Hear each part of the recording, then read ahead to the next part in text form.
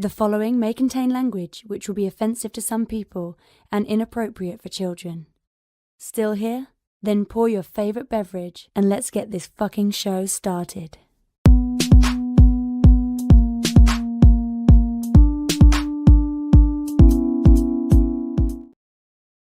Fantastic Forum, assemble. You're watching Fantastic Forum, the premier show about comic books and your live weekly conversation about entertainment and geek culture. We are the Fantastic Forum, coming to you live and direct from the Hall of F. Hope you're having a wonderful morning, afternoon, evening, or night, as the case may be, depending on where you are in the world. And if you're not, you should stick with us. We'll have you take it up a notch. You have the usual suspects. Well, you have half of the usual suspects in the building. First, he is our friggin' riddle inside of an enigma, trapped in Chinese finger cuffs. You don't know him. You love him anyway. He's our silent assassin, Jay. Hey. Indeed. As for me, I'm not nearly as exciting. I'm Mary Young. I'm also Lawrence Young. Welcome to Fantastic Forum. Shout out to Moses and to Oz. Mo definitely won't be able to be with us today, unfortunately. But you know Moses, man. You're still gonna find Moses found a way, so you're gonna still be able to hear from him. So you're gonna hear a little bit from Mo today. That's which is gonna be awesome for you. But he won't be with us live on the show, unfortunately. Oz, I believe, will be popping in a little bit, but he's not here yet.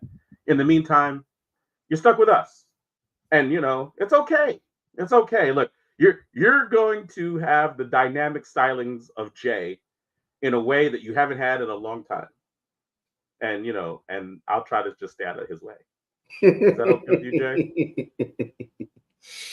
Yeah, sounds good. There it is. Sounds good to me.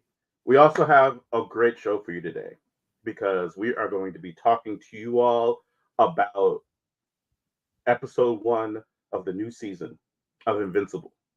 We are also going to be bringing you a review of the finale of the Boys spinoff show Gen V. And we're going to be talking to you all about the Beneath the Trees Where Nobody Sees. And we have that review as well. So it's going to be a great show. It's just a matter of how much... how many people are going to get to participate in it. If it's just going to be Jay and I, trust me, we got you. But in the event that, Oz drops in, he's going to drop a gem or two, I'm sure. Or if you want to go ahead and bless us with your presence, you can do that. And we'll tell you how it is you can do that in just a moment.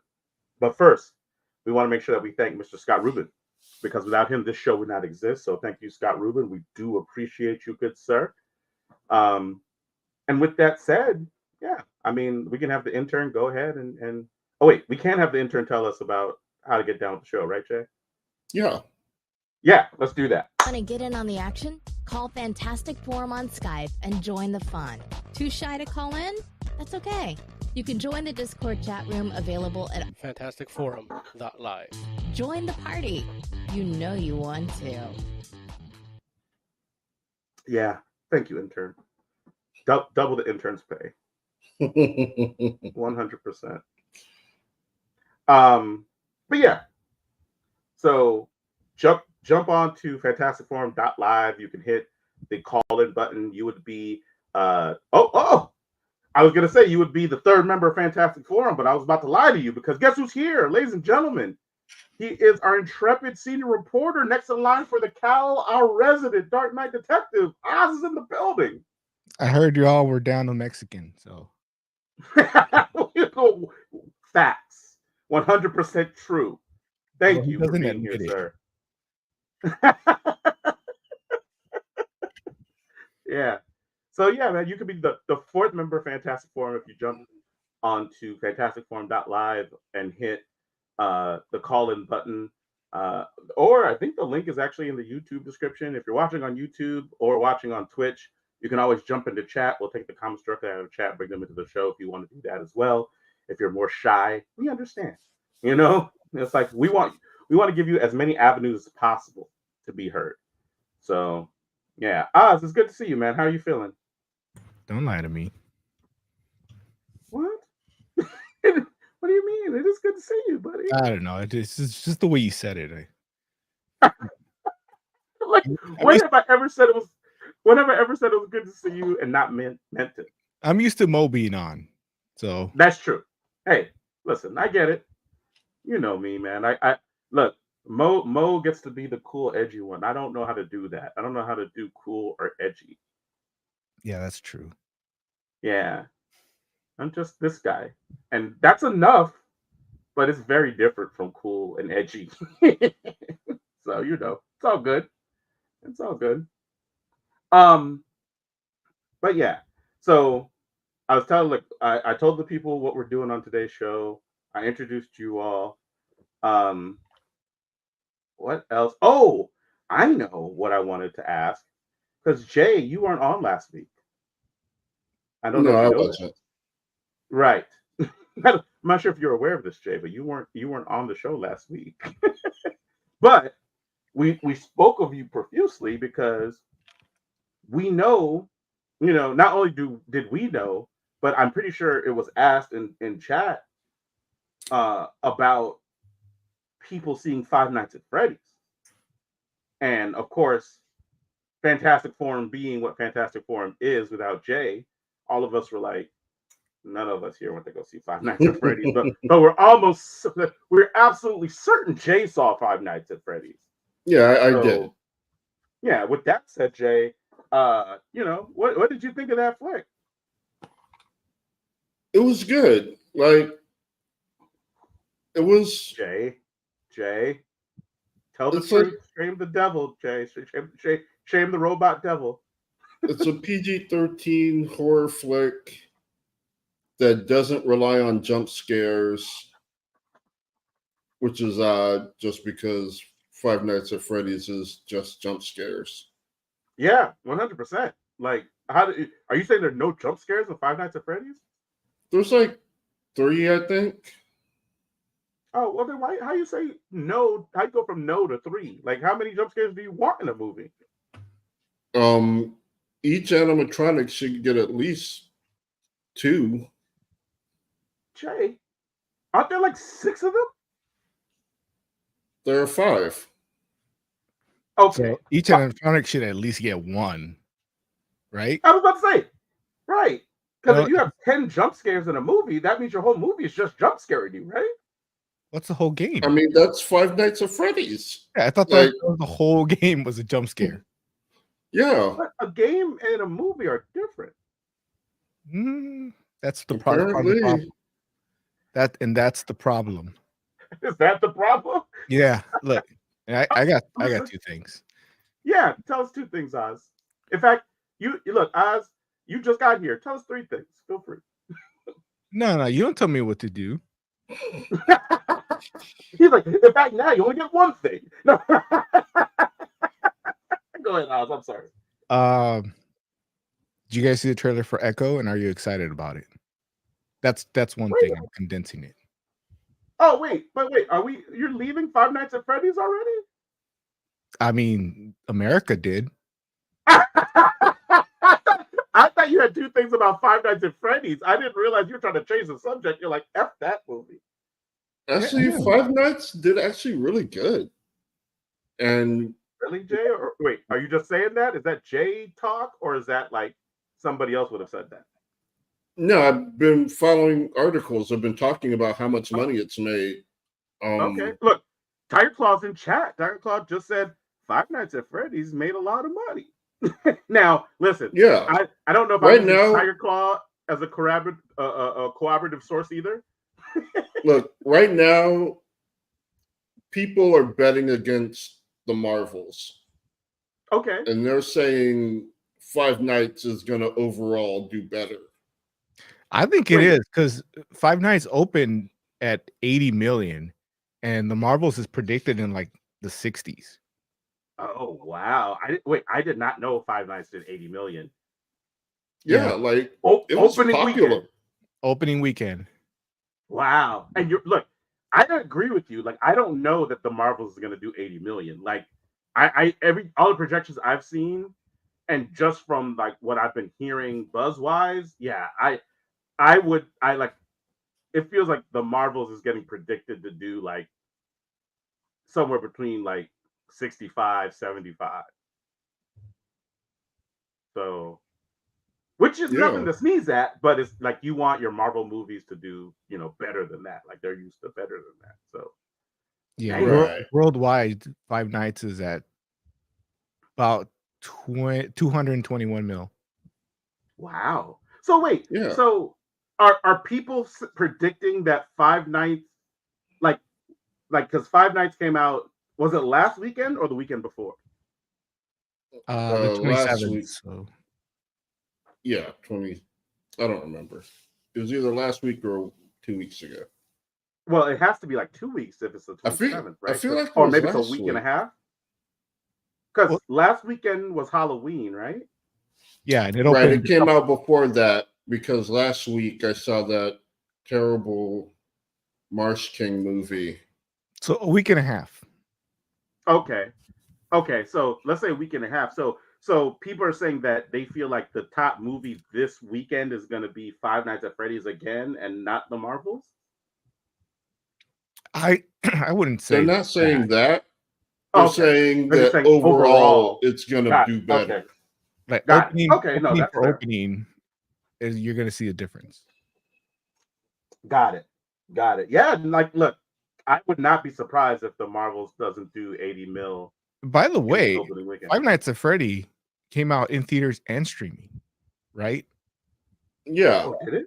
that's probably why it's only made 80 million. Oh. I mean, 80 million is a respectable number considering that it did both. 80 million would be great for a movie like that. Even if it didn't, or yeah, like even if Yeah. it wasn't out on streaming, 80 million would be impressive. But Right, the fact that I it made agree. 80 million and there were a fair amount of people that watched it at home. Right. It says more good things about that movie. Yeah. And it's not a bad movie. I mean, I'm like, I like my blood and my gore. This is more story focused. Well, it's a movie, Jay. One of the best kills was actually in Shadow. So it's like, Now, also, was this the only horror scary movie that came out for Halloween weekend? Maybe. I think the other movies kind of hit before that. Like Malibu Horror Story and was like the week before that. Yeah, The Exorcist Believer was already on week 3 by that point. So people made room for Five Nights at Freddy's. They were like, "Oh, we need to give this some breath." That one, damn, I can't remember the other movie that I saw that was kind of trash. Taylor Swift? No, I didn't see Taylor Swift. Although I do imagine that to be horrifying. Killers of the Flower Moon? I'm kidding. Taylor Swift is great. There's a big crossover there's a big overlap between bronies and Swifties.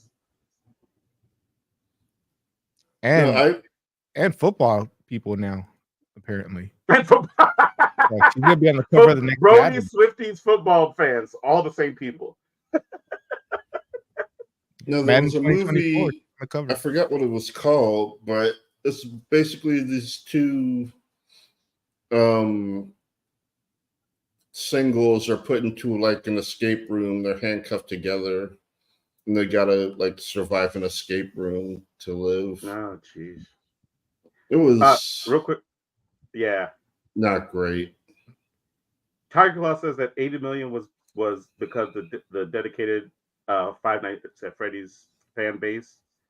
There's a lot of people that love Five Nights at Freddy's. That's true, I think.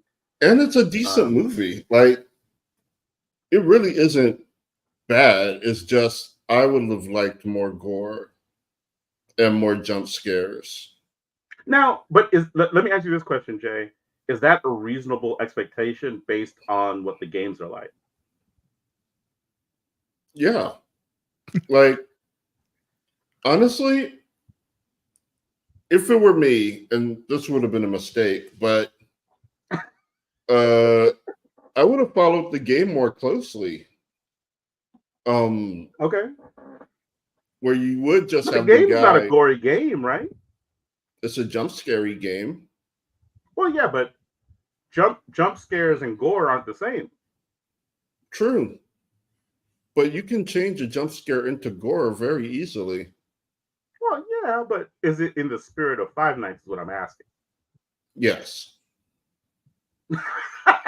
Jay's like, I believe so because I like gore. No. No. I don't know if you played the first Five Nights, but I did not. There's a guy, the security guard in the room, and you have someone talking to him, leaving him messages, and they talk about like all the horrible things that will happen to you if the animatronics catch you. Like, so they don't show it, but they do describe some very unpleasant things, which if shown would be bursting with gore. Okay, and that's a fair point. Okay, so it sounds like there are things that you would have liked to have seen different about Five Nights at Freddy's, but overall you thought it was a decent flick. Yeah, it was good. Tiger Claw says horror doesn't have to be about blood and gore. If you tell a good ghost story, that doesn't have to rely on showing any blood or gore, but it's about the atmosphere.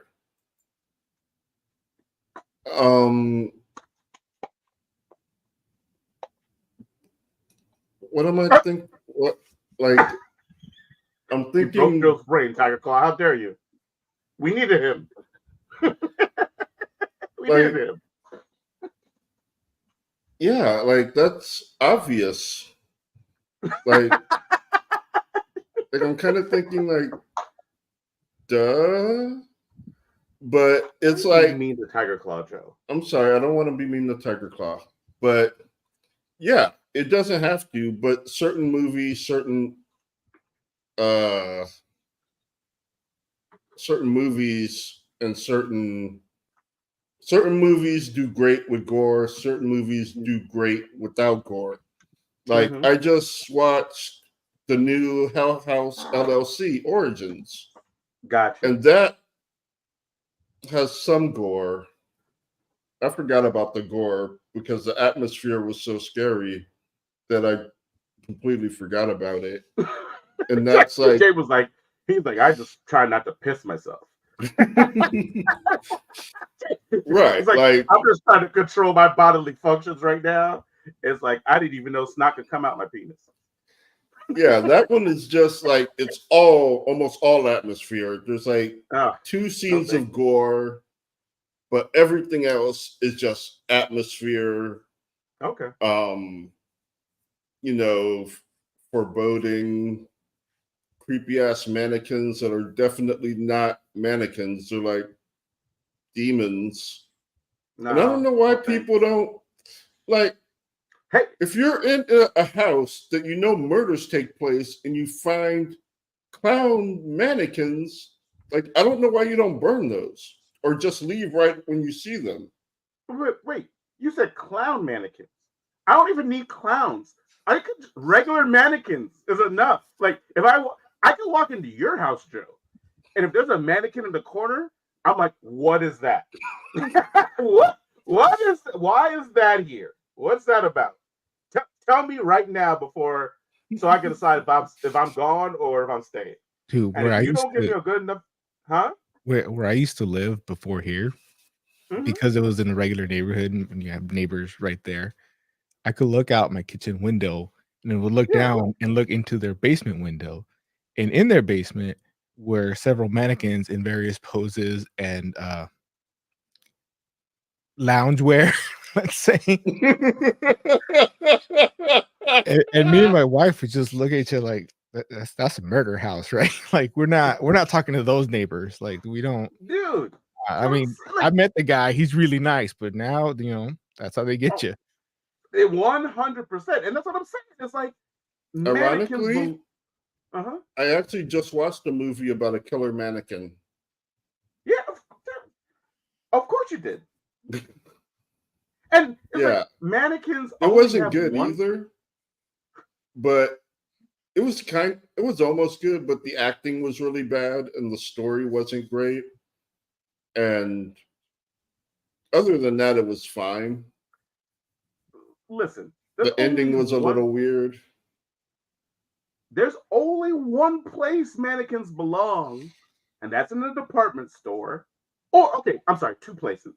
You can have a mannequin if you're like a clothing designer.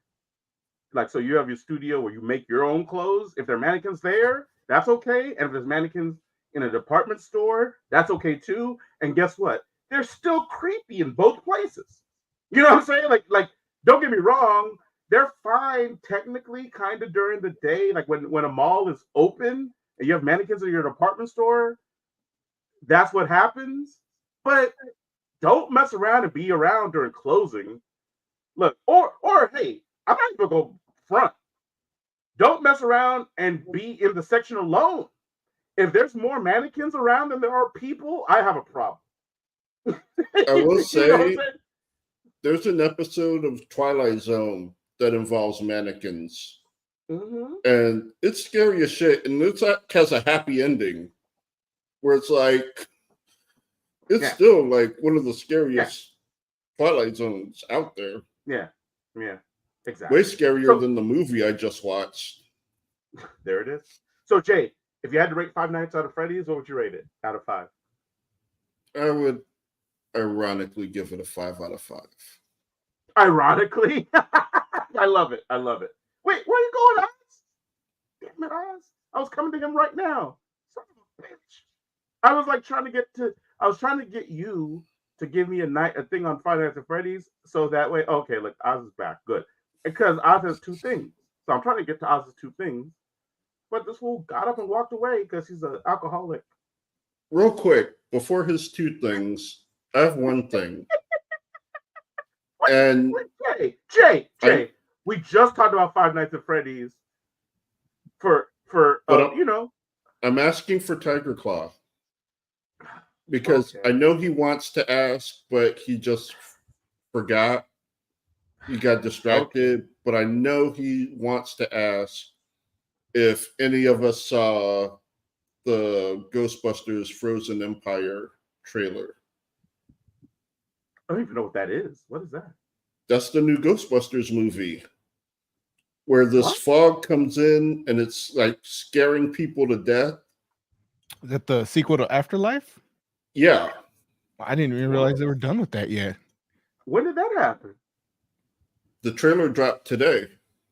Oh, okay. It's in our Discord provided by Tiger Claw. We don't go to that. I do. And I will go more, I promise. Continue, you should. Jay. There's some good stuff there. There's plenty of great stuff there. It actually looks really good, like interesting. That's good to hear. I mean, Afterlife was good. Yeah. But this one, man, it's like ice and death. And they got the full cast.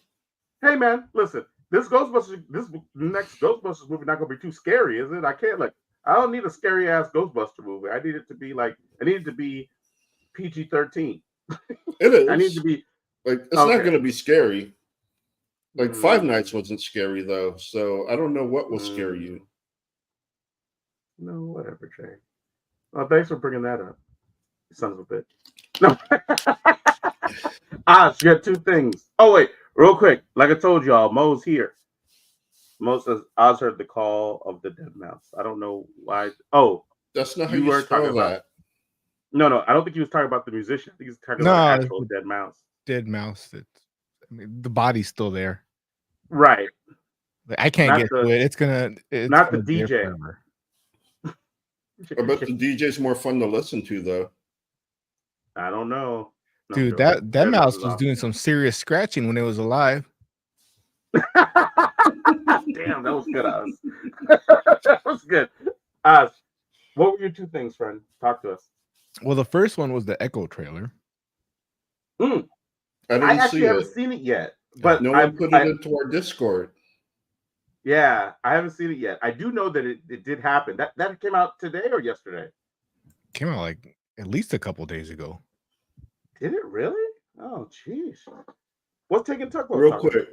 He says, hello, FF. I once worked in an abandoned warehouse where one of the rooms had over 50 plus mannequins with pieces scattered everywhere. Kept that door super locked. Amen. And you should. Yeah, God bless you, friend. By the way, Lawrence, But 5 days probably ago. why you're still here. 5 days ago. Listen, okay, so Oz, you obviously saw the Echo trailer. What do you think? But you didn't put it in the Discord. No, I Jay, put a piece of artwork Jay, in the Discord because that's something that's important. Art is. I did see that. It was very nice. What did you think of the Echo trailer? A lot more Kingpin than I expected. So Why? obviously, you know he's alive. Like he made it. Oh. Yeah. It looked fine. I was interested to watch it, especially hearing Marvel actually say that she's not going to be a hero in this story. She's going to be a villain. Yeah. Daredevil shows up, like real Daredevil, in his real Daredevil outfit. Real Daredevil, not fake ass Daredevil. Yeah, not banana devil. Dude, that's his original costume. Yeah, that's OG Devil. Yeah, but they made him a little bitch in that show. No, whatever. Okay, fine. Whatever. Look, how do you know some of this stuff isn't flashbacks? I don't, but it's great to see him back in action.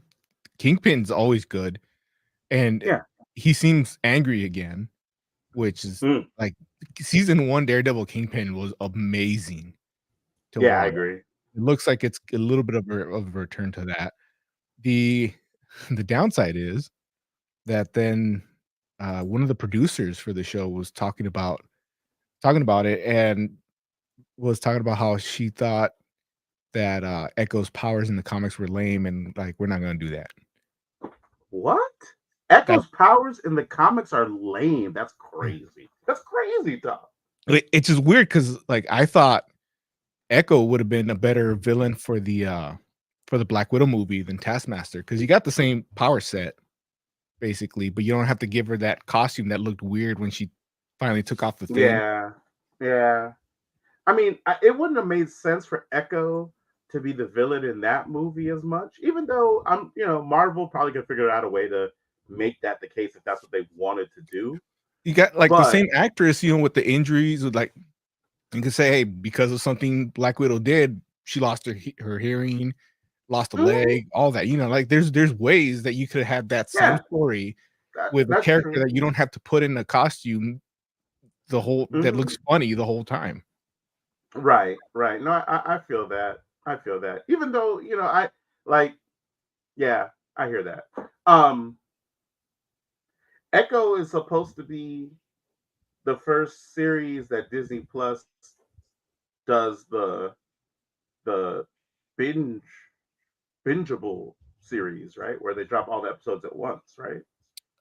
Maybe. I'm not sure. Oh, I just know. I'll say this. That was the plan back in the day. I don't know if anything has changed, but the way that, what they had said in the past was like all the Echo series is going to drop at once. And basically it's like you just watch it when you're ready. So I don't, did it give us a date? Because I don't remember what the date's supposed to be. I'm sure it did. I can look that up. I think it's 2024 though.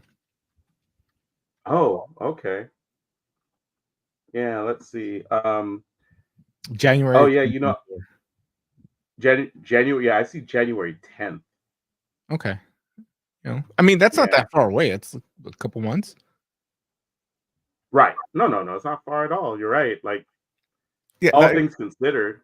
And visually, it looked good. The fact that they are going to keep her a villain, I think it's going to make it more interesting. Because otherwise, I agree with it that. becomes generic if it's a redemption story where she ends up a hero at the end. I agree with that. Like, it like, don't get me wrong, like Echo does like Echo's story is a redemption story, but it doesn't feel like we've gotten the full breadth of her as a villain. Like, like we only kind of scratched the surface with her as a villain. So it would be nice in her series for her to be able to at least start off as a villain, and if she ends up being more of a hero by the end, that's okay. But let's give her like a more appropriate journey for that. Because yeah, if she was like just a good guy in this, that would be, I don't know. I'm not sure I would want that either. So we'll see. Okay, so that was number one. Echo trailer. We definitely all need to go check that out. So It appreciate that. looks interesting. Oh, Jay watched it while we were talking. He's like, who? He's like, I don't need to be part of that show. That's that how I got become a part. Right. Now I know what Got he's talking about. Well, did you do it with sound, Joe? Yes. Okay. What's number two, Oz? So the embargo for reviews of the Marvels drops, which means people can talk about this movie now. Mm-hmm. And I've been seeing kind of a consensus as far as reviews go. What's the consensus so far? Well, the first part, which none of us can trust because these are all people that got to see it early, so they can't say anything bad. All loved it. Just because you saw it early doesn't mean you can't say bad. You know, a lot of these big companies are not going to say anything bad because then they lose. They don't want to mess up their relationship, right?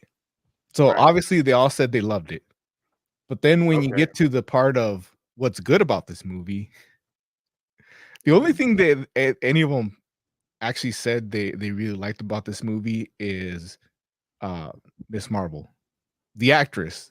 I forget what I forget her. Really? I forget her name right now, but yeah, the actress, because she is actually like having fun. Like this girl is obviously a fan, and she is enjoying and it shows in the camera. Like one of them even said she carries Iman Vellani. Yeah, she carries the cast. Wow. Because the Monica Rambeau actress is a good actress, but like she's not sure what she's doing. Probably not her fault. I mean, I'm gonna say she wasn't given proper direction, or the script is weird, or whatever. Wow. And That's Brie sad to Larson, hear, because I was looking feels like forward she's mad to at Marvel. Well, Brie Larson looks like she's mad at Marvel in the movie. Yeah, like she's like, it's just it. She doesn't want to be there. Yeah, like, she obviously she's over this shit. But some stuff just comes out. Mm-hmm. Yeah, she's over it. Like after her movie, she was just like kind of like fuck Marvel, like working for them. Right. So the only two positives I got out of all these reviews, I saw like 2 or 3 of them, was Iman Vellani is amazing in it, carries the whole thing, and they love the Flurkins. The Flurkins, that's hilarious. Those are the 2 positives about the movie that I've heard. Here's the messed up part. Like you have Home Chick that's playing the villain. I don't know her name, so please forgive me. And I don't think that she's like a bad actress or anything, but like like Marvel sometimes has an issue with their villains, and their villains kind of like come across one-dimensional and not like they're literally like just there to be in the way, right? Like a movie needs an antagonist, and they're just there, like almost like Gore, right? Christian Bale isn't a bad actor. They wrote Gore how they wrote Gore, and it's just like it's not great. You know what I'm saying? It's like it's the villain is forgettable in the same way how you had look, and I don't mean to be like picking on Thor, But like just how you had Eccleston, right? As friggin' damn it. Who was he? Exactly. Right. I'm proving my point here. He was a friggin' the Dark Elf. Y'all know what? Look, nobody knows, right? everybody, Like everybody's like F Thor: The Dark World, right? Whatever. I was looking up Zawei's name. Oh, that's the actress that is in Marvels, right? Yeah, Zawei Ashton. Right. What did you say, Oz? Malekith. Malekith. Thank you, Jesus Christ, man. I have to look that up. By the way, it's not like I remember that. But no, that's what I'm saying. It's like Eccleston is not a bad actor. It's just that like those villains are pretty forgettable. The two of those two actors are actually great, but what they were given, they only could do so much with. And man, like, but the thing is, I think we going into this, it's like, or going into those movies, it's like you're like, okay, well, this is gonna be good because those guys are good. And then you watch the movie and you're like, damn, they're not. This isn't that great. I'm looking at the Marvel's trailer as a person that wants to see this movie, and I'm like, that villain looks terrible, like from the trailers. And I'm just sitting here like I'm excited to see the movie, but I don't believe that villain is going to be anything worthwhile. Like I'm just like the villain to me. Like I feel like she's probably, and I should say she. The villain is probably going to be the weakest link in the whole thing for real, just because I'm just like, which is a thing that's happened in plenty of Marvel movies, and the trailers haven't done anything to make me feel like, okay, like this is going to be great from that perspective. And so I'm just like, okay, like we got three heroes. You need a villain that feels like they can rise to that occasion. And I'm just like, I'm worried that this villain is dead on arrival. Like I'm looking at the trailer, like, nope. Like I'm not sure that villain could take Miss Marvel, let alone friggin' Photon or Captain Marvel. You know what I'm saying? Like I'm like, they need to recruit the little dude that she liked from the TV show. That guy is more intimidating. You know, I'm just like, so I don't know. We'll see. I hope I'm wrong. I hope I go watch it and be like, damn, the villain was the best part, but doesn't sound like it. So that's also Loki's wife. That's Tom Hiddleston's wife? Yeah. Oh, well, good for him. She's beautiful. But I don't know if she's the right, or I don't know if she's going to be a good villain. That's what I'm saying. And I mean, don't forget, Brie Larson did a movie where like she got down with Tom Hiddleston. So hopefully she channels the rage and anger towards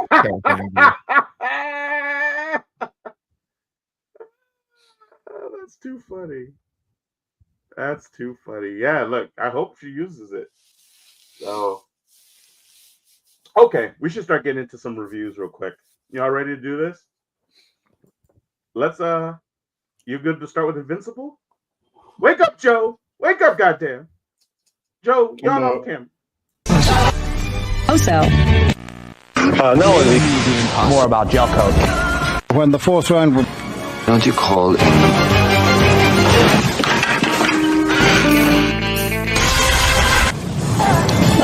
Doesn't look good already. Jumbo Scampi for limited.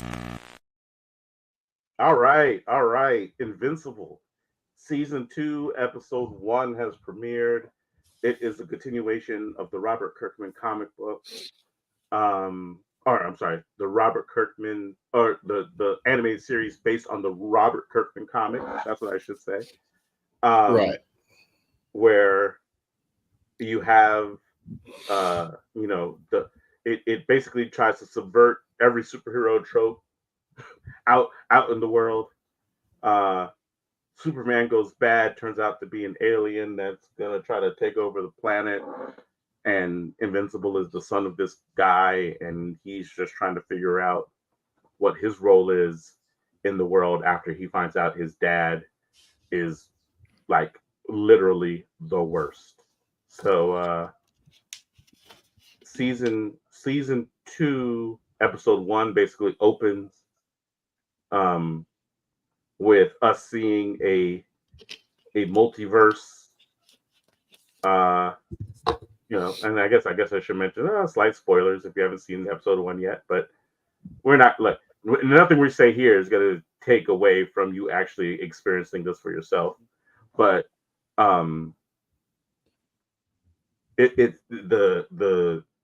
this season starts with us seeing an alternate reality or a side dimension, alternate dimension where Invincible teamed up with his dad to take over the Earth, and friggin',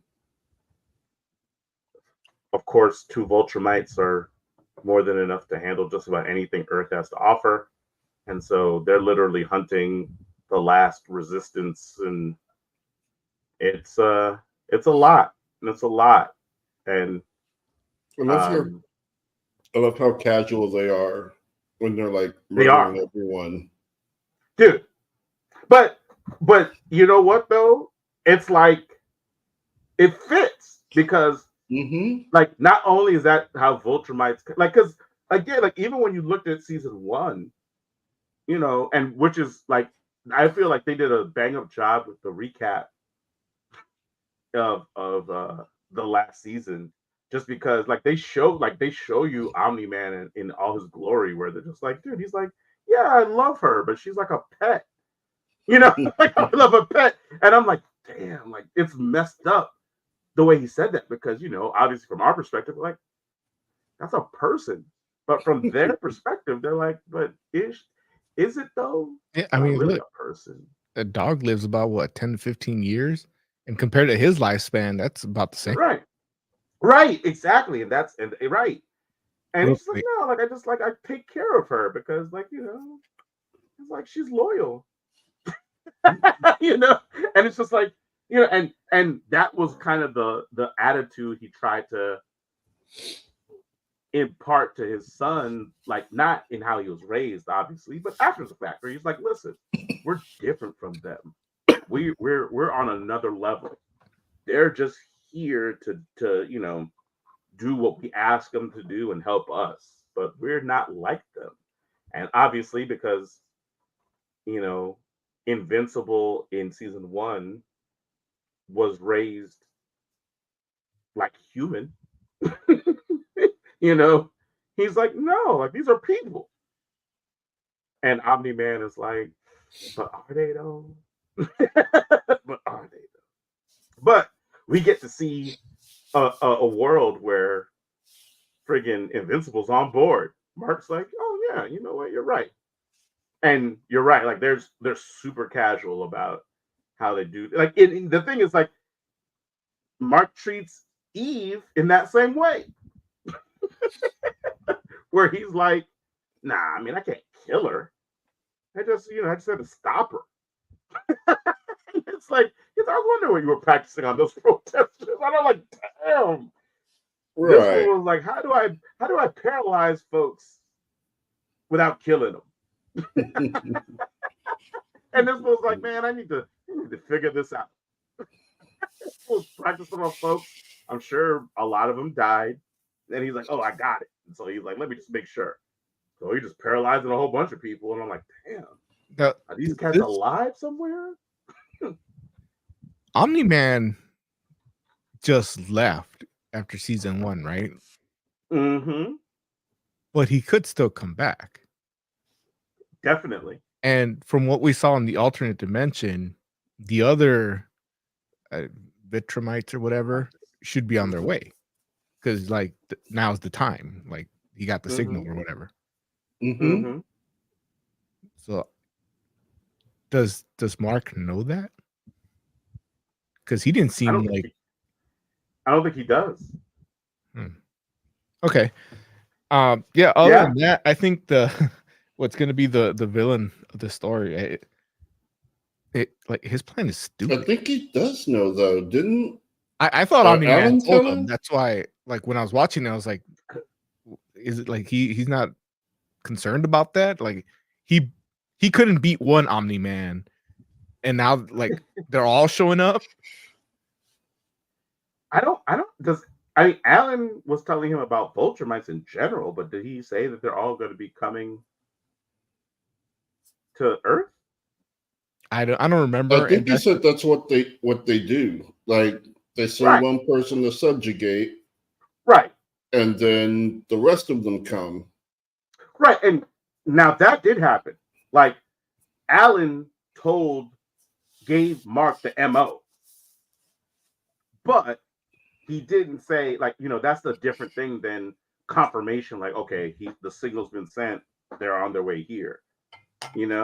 And don't get me wrong. Like, I think the point that both of you are making is valid in the sense that, you're like, maybe he should realize that that's what's happened, or be thinking in the back of his head, like, hey, he shot off and he didn't kill me, but that doesn't mean he didn't like send for the rest of the force to come, But I don't know. I mean, look, one, he's young.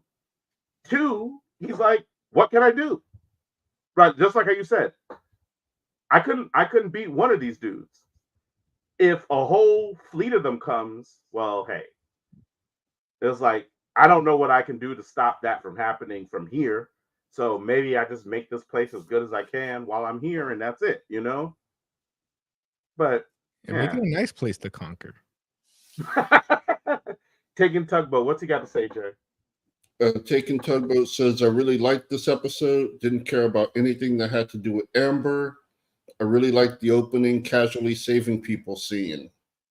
People are way too hard on Amber. Like, I agree. It's odd. It is. But Amber's, one, she was right. And it's like everyone's acting like Mark can just be like, hey, I'm a superhero. I can't tell you who I am, but know that I'm going to be in and out like all the time. Mm-hmm. And he could have just went on from there. And like Amber is perfectly reasonable to like not want to put up with his bullshit without explanation.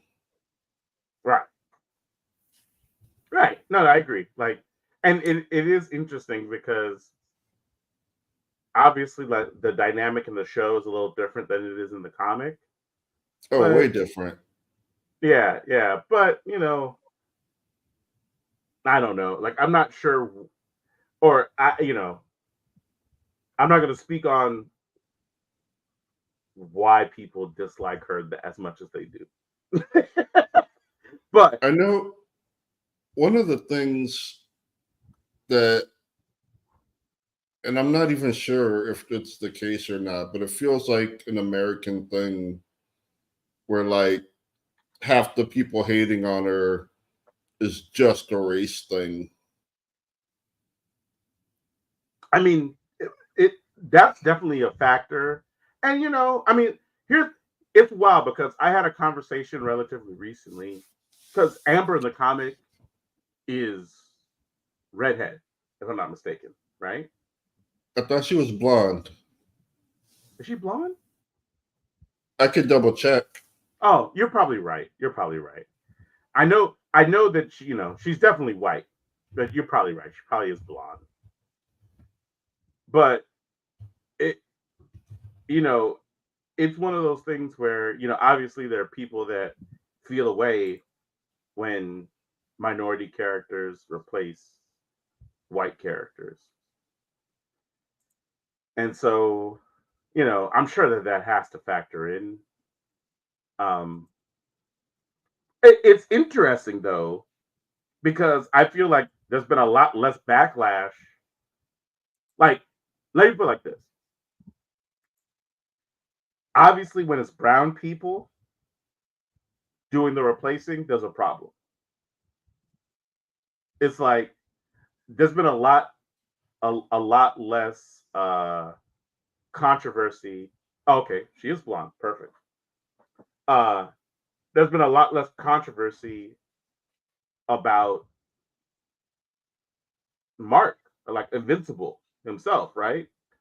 Like, and I know that, like in the interviews and whatnot that I've seen, people have said like, "Oh, well, Mark is racially ambiguous in the comic," and I'm like, I don't know if he's I racially don't think ambiguous. that's true. Right, exactly. That's how I felt about it too. I'm like, to me, that's a white dude, and his dad's obviously white, or I mean, he's Viltrumite, but he's like a white, like he looks like a white man, and his mom, to me, seemed like a white woman, and in the show, the mom is Korean, and they made Mark Viltrumite Korean, Korean Viltrumite. You know what I'm saying? But basically, he's like half white, half Korean, right? But nobody has an issue with that because he's not brown or black, And I'm just like, it's wild how that's like just okay. Like people just gloss over it, and it's like the power of fair skin. You know what I mean? What's Taking Tugboat saying? He says, I do agree that people are too hard on Amber, but just me in general, I do not really care about love interests anymore. I prefer heroes just doing and handling hero stuff. Give me Spider-Man without MJ. Oh wow, that's a take taken.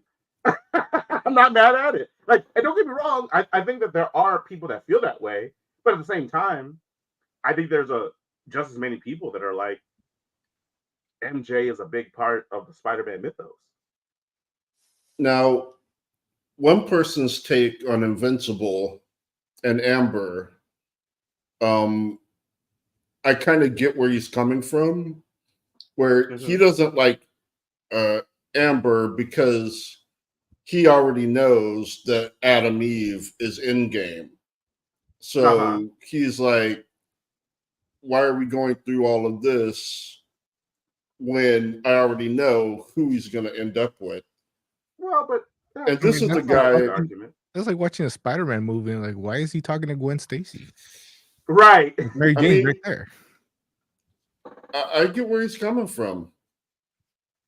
And this guy, that's kind of like one of his main things is just like shipping. So I get where he's coming from. Like he sees it a lot. And so I can understand him like kind of being tired of the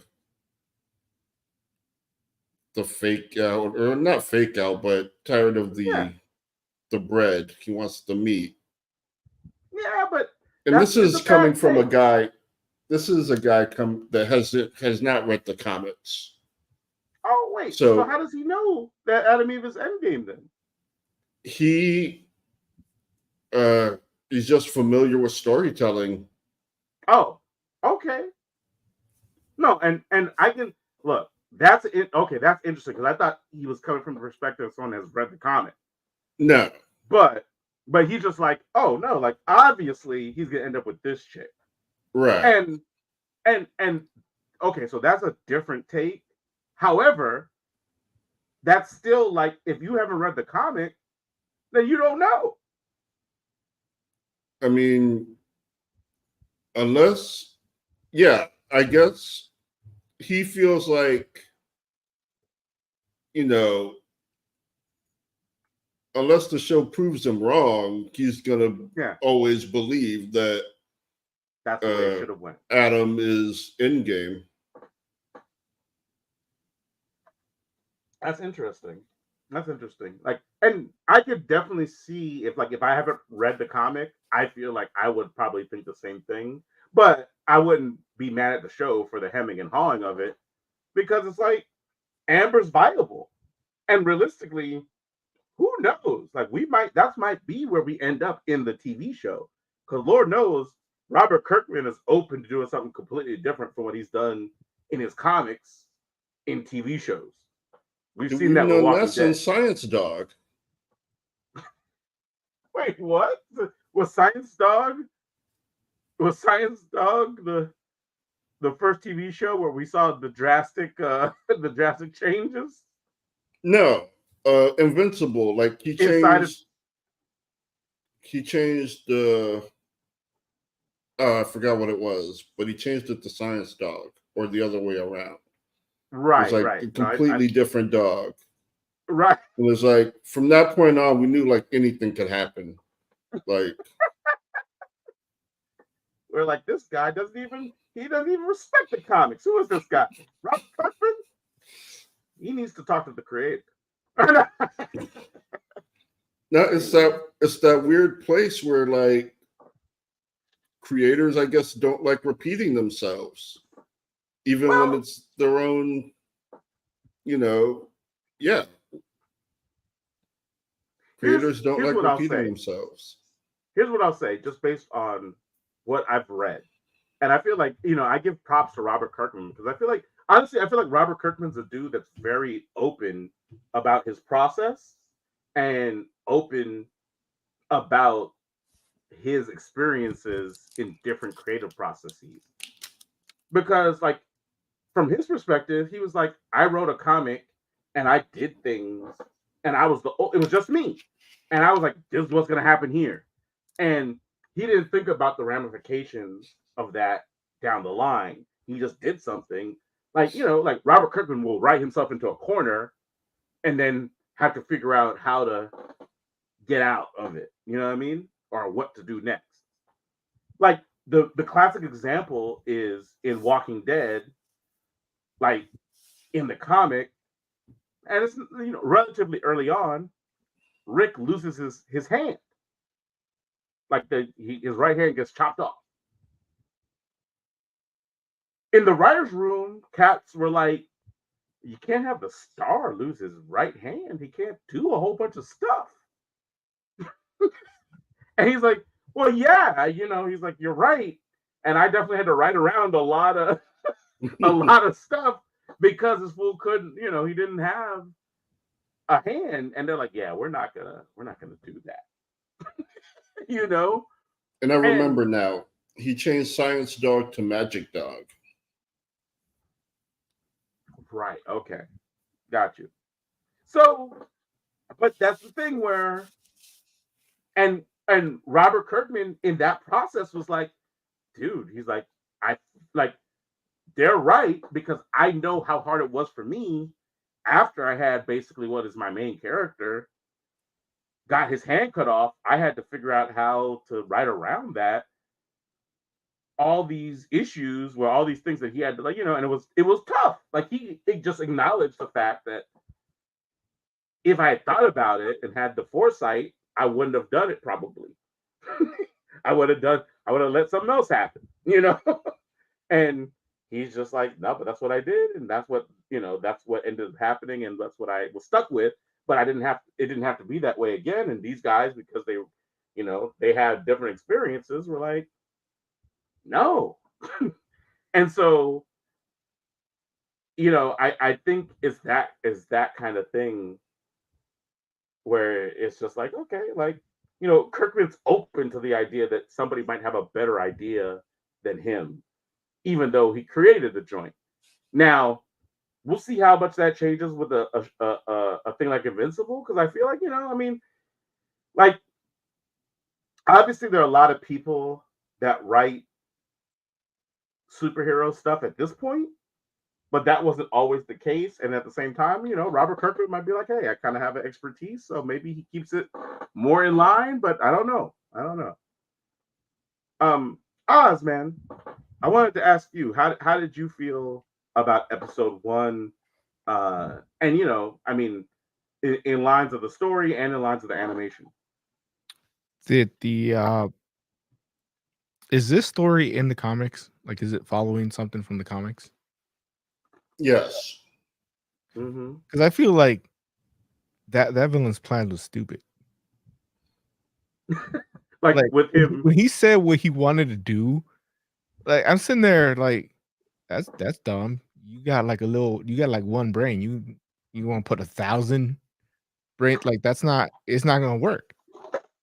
And sure enough, it doesn't work. That's only because he took the helmet off. Because he's an idiot. Well, I mean, it's not because he's an idiot. I think it's because he has principles. And don't get me wrong, you could make an argument that's the same thing, but it's like from the perspective of the character, which I give him credit for. It wasn't like him just doing something dumb. He was like, I don't want the world I'm trying to create to be founded on this act of bloodshed. And it's one of those things where, especially like with the character being like an African American, like that's a real perspective. You know what I mean? Where you just be like, hey, I understand what it's like for something that's supposed to be great founded on the backs or founded on the bloodshed of a person that maybe doesn't deserve it. The whole reason that started to happen was because he opened portals and brought in people that were going to do that to him, where he obviously has the ability to open a portal and push someone through it. Like he could have done the portal thing and put Bark somewhere else. Instead, he brought in murderers. Yeah. And said, stop that guy. Like, what do you expect? Well, I mean, he could have.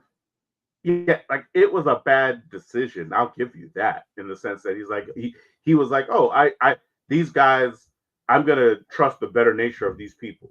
I was like, no, those guys aren't the type of people whose better nature you trust. I'll give you that. The criminals, like, and I'm glad they at least acknowledge that when he tells them the plan, and they're like, why don't you just ask them? And then he tries to like justify it. I'm like, no, they're right. Just ask them. Like, hey, anybody know how to cure cancer in your world?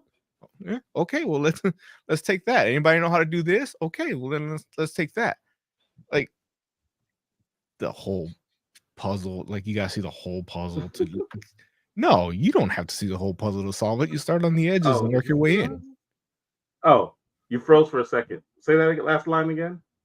Yeah, he's talking about you got to be able to see the whole puzzle and put it together. I'm like, no, you just need to find the edges and work your way in. Hey, and maybe that's just me. I've solved puzzles that you just kind of find somewhere. You don't even know if you're gonna have all the pieces. So maybe that's just my experience. But yeah, no, you don't need to see the whole picture to figure out the puzzle. Hey, and that's fair. And I mean, don't get me wrong, like the character is a character that definitely has flaws, and and hubris is a definitely one of them. Where he's like, only I can solve this problem. I'm the only one that can fix it, and I need There's 1,000 other me's, but I'm the only one that can fix it. And right, but think about how arrogant do you have to be that dude? Where it's like, yeah, these are other versions of me, but obviously I'm the best version of me. And he thinks that because he has a power. He's like, there's something about me that separates me from the rest of them. And don't get me wrong, it's like one of those things where it's like, yeah, that's true. Like he does have a unique ability that separates him from the rest of those other versions of himself.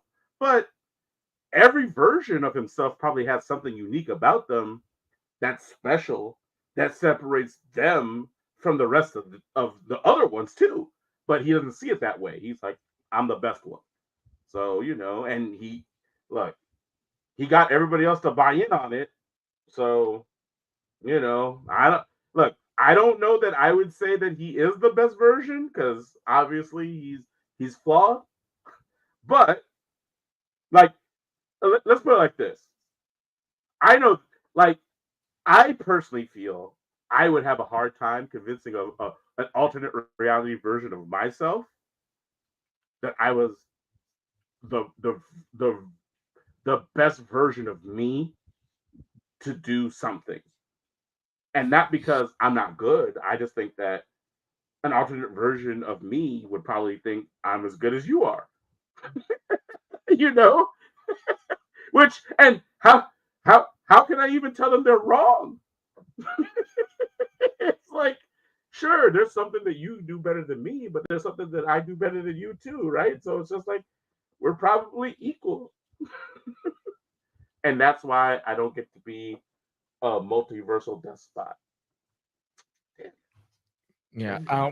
But the only good thing out of what happens in the episode is that once he becomes the villain, what's his villain name? The Brain? No, he just goes by Langstrom. Yeah, Oh, Man Bat. Um, man. the good thing is that once he does become that villain, like that psychosis state, like when he starts talking about how they did this to me, like you see where that comes from though. Right. So at least as a villain, he makes sense. How he got there, I don't. I think it's kind of dumb, but now we're there, and Mm-hmm. it makes sense. He makes sense as a villain. Mm-hmm. Why he would go from this pacifist to like Right. have this hatred for this character. Right. He plays the victim. Well, that just plays the victim, but he has a memory of hundreds of versions of him that have seen this guy kill That's the true planet. too. You're right. Like, that's what You're that's right. what I went through. Got you.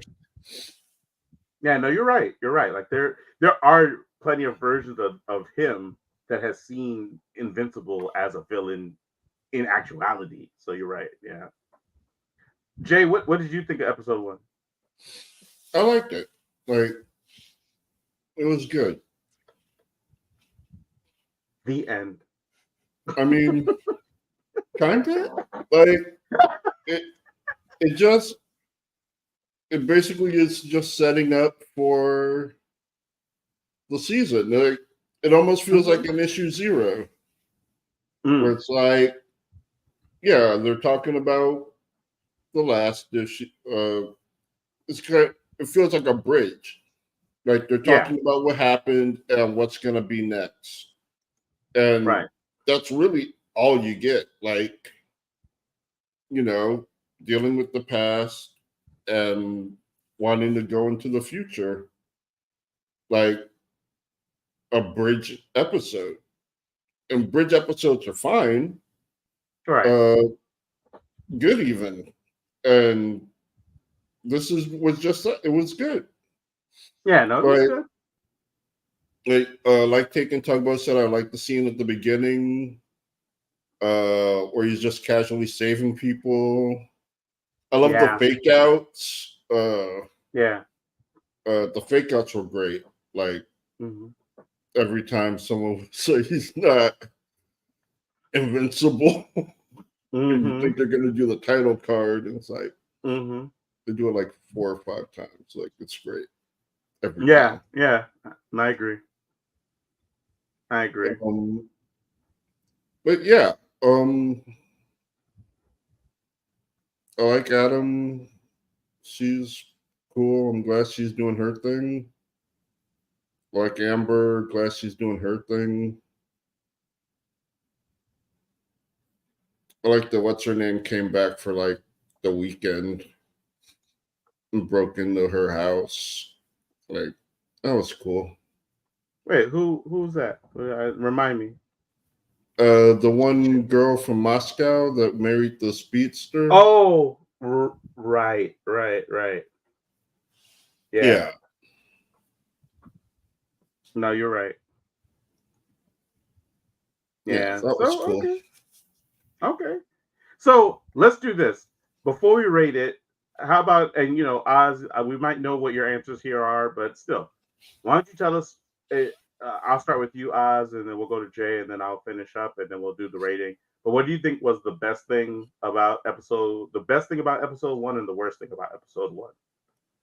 The worst thing is obviously the villain's plan that sets him up as a villain. Best thing,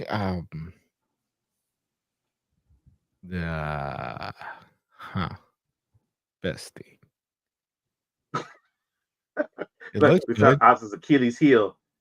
talking positive. No.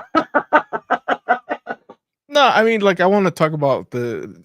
I thought the animation was good and all that, but it's just it's the same as season 1. Mm-hmm. Like, so really the only difference now is story. Mm-hmm. And yeah, like Jay said, it's a good issue 0. It is Mm-hmm. setting up a lot of stuff, and it does it well. Whatever Mm-hmm. my issues are with certain plot points, it does set up the season well. So yeah, overall, I'd just give it a 4. Okay. Okay, cool. Jay, how about you? What was the best thing and the worst thing, and then give us a rating. The best thing, it's kind of like a tie. Like I like Mm-hmm. the Mark casually saving people, but I also Mm-hmm. like the stuff with the Guardians of the Globe. Like Mm. I thought that was actually Yeah. pretty good. Yeah. And It was good. yeah, you have I can't think of dude's name, the robot guy. Like Robot Man, isn't it? isn't okay, I couldn't remember if it was that simple or not. But him just like freezing and feeling fear. Or it might just be Robot, actually. Now I Okay. think about it. Yeah. And then Monster Girl, like, hey, yeah, that's normal. That's human. Like you're in the Right. fight now. Right. And Right. I think you like her, like as a character in general. So she's cool.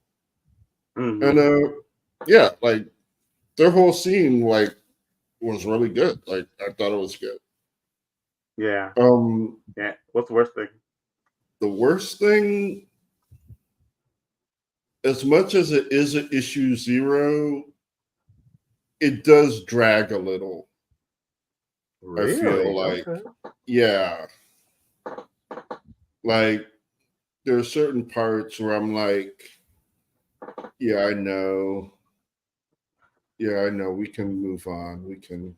It's like a Maybe 45 I'll come minute back later.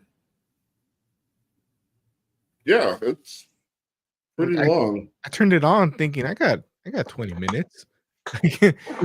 And then it just kept That's going. not how Invincible works, right? No, Invincible doesn't do that. Are they all going to be that long? I forget what season 1 was. No, they're not They're all going to be that long. Are Aren't they? they about? They're not. I feel like aren't they all like 40 minutes? I don't remember. I feel like they are, but I could be wrong. But yeah, I thought it dragged a little bit in places. Okay. Especially with Mark feeling all sad and shit. It's like, I know, just get over it. Like, sack up. Get over his dad being a mass murderer? Yeah. Okay, got it. Yeah. Just like, yeah. Like, just like the rest of us. Got it. Well, so would you rate it? Honestly, despite everything I didn't like about it, overall, I enjoy it and its place. And I would give it a 5. Like, That's despite the drag, I do like a lot else about it. Yeah. I like Langstrom. And yeah. And I remember him from the comics. He's very frustrating because he's so smart and he just really just fucks up shit like a lot for Mark. Yeah. And I'm looking forward to that frustration. Yeah. Yeah. So for me, I feel like the the worst thing for me is I like just be and this might just be because I've read the comics. Like I kind of feel like like this kind of piggybacks off what Jay was saying in the fact that it feels like issue 0. It's like in a certain way, it almost feels like we don't get like a true villain in this initial episode. Like I do like, because I know like Langstrom as a character and like what he does and like how he manifests as a villain. It's like it almost feels like a tease, and it's like, you got the Mahler twins, which are always great. Like I love them as characters. No, you know, they're amazing. yeah, but they in a certain way they almost feel like placeholders, and that's like part of the shtick. Right? Like even amongst themselves, you know, right? That's part of the shtick. No, you're not the real one. I'm the real one, right? you know, but it's like it's so like I feel like in this episode we almost don't get like a true villain in this first episode, which is a little disappointing. So that's the closest I guess I can come to like that's my negative. Positive, dude, it's the cast, man. The cast of Invincible is so strong. It's like a murderer's row of amazing like actors, you know, Mm-hmm. like whether like we're talking about like I mean obviously like J.K. Simmons always on point, Yeah. like and the wild part is I don't even know that if you had asked me who should be Omni Man, I would have said J.K. Simmons. I And wouldn't have. yeah, and I would have felt like a fool. Oh, dude, Like it was funny. being Like I heard the casting announcement, like J.K. Simmons, and like automatically just rewrote everything that, like, I rewrote the voice that I pictured Omni right, Man having when I read it. right, Like I immediately right, replaced it with J.K. Simmons. I was right, like, that's right, perfect. right. And Like I so it's like wouldn't have thought of it, but it was perfect. right, And I exactly. retroactively remember reading with his voice now. Yeah, right. Exactly. And it's like it's so perfect for the character in regards to like who Omni Man is. And it's like it's the perfect level of like, you know, superhero bravado and arrogance and just like, even when you were just like, oh, how casual they are. Like J.K. Simmons, like he does casual really well. Yeah. Like, And it let's almost hurry feels this up. Let's hurry this up. I'm starving. It's like right. it's a Right. murdering. It's just like, And it feels like and then when Steven Langstrom Yeun. disappears, he's like, what was that? A portal? Who cares? Let's just finish this so we can eat. Yeah, Like, right. man, And I feel like Steven Yeun takes those cues really well, where he matches that energy. I mean, he's obviously an amazing actor in his own right, but mm-hmm. but like but and then Sandra Oh as the mom, like her scenes were spectacular, and she was so good, and friggin' Kevin Michael Richardson as the Mahler twins. Yeah, Like this fool, like I mean, this fool's amazing. Friggin' Zazie Beetz as Amber. It's just like a friggin' Zachary Quinto as Robot. You know, it's just yeah, like it's all like there's all of these amazing actors that are just like they're all phenomenal. They all play their part like so well, and so that has to be yeah. the upside. And I'm The just guy I'm that just does honestly Cecil, go ahead. the guy that does Cecil. Oh yeah, yeah, dude. I know, right? I feel bad. Wait, let me look. Hold on. Let me look it up real quick I because you're forget. right. Because Like, it's one of Mo's he, favorite actors. right. I Because can't think of Cecil, his name, but yeah, he kills it. Goggins, Right, Walter Goggins, Walton right. Goggins. My bad. I had to look. I had to look his name. Yeah, but you're right. Like you're like, and you're right. Mo is angry at us right now. He doesn't even know why. He's like, they're out here talking some kind of mess, and that's what. Yeah. Walton Goggins, right? Cecil is phenomenal, and Yeah. so I'm just like, man, like, but the cast is what is like the upside of this whole thing for me, where I'm just like, damn, like, how did these fools mess around and get so much talent on one show? And so, God bless them, man. Like, I can't wait to watch this joint from week to week because it's going to be phenomenal. Because here's the thing, Invincible's story is already spectacular, and it goes on forever. It does. From a TV perspective, you know what I'm saying? Where I'm just like, dude, like, I don't know what parts of this joint they're gonna keep and which parts of it they're gonna change, but I can't imagine I trust Kirkman enough that it's like, okay, like, he's gonna keep the parts that make sense, and if he decides like, okay, it's worthy of a change, it's gonna be because he's like, damn, that's a better idea than what I would have come up with.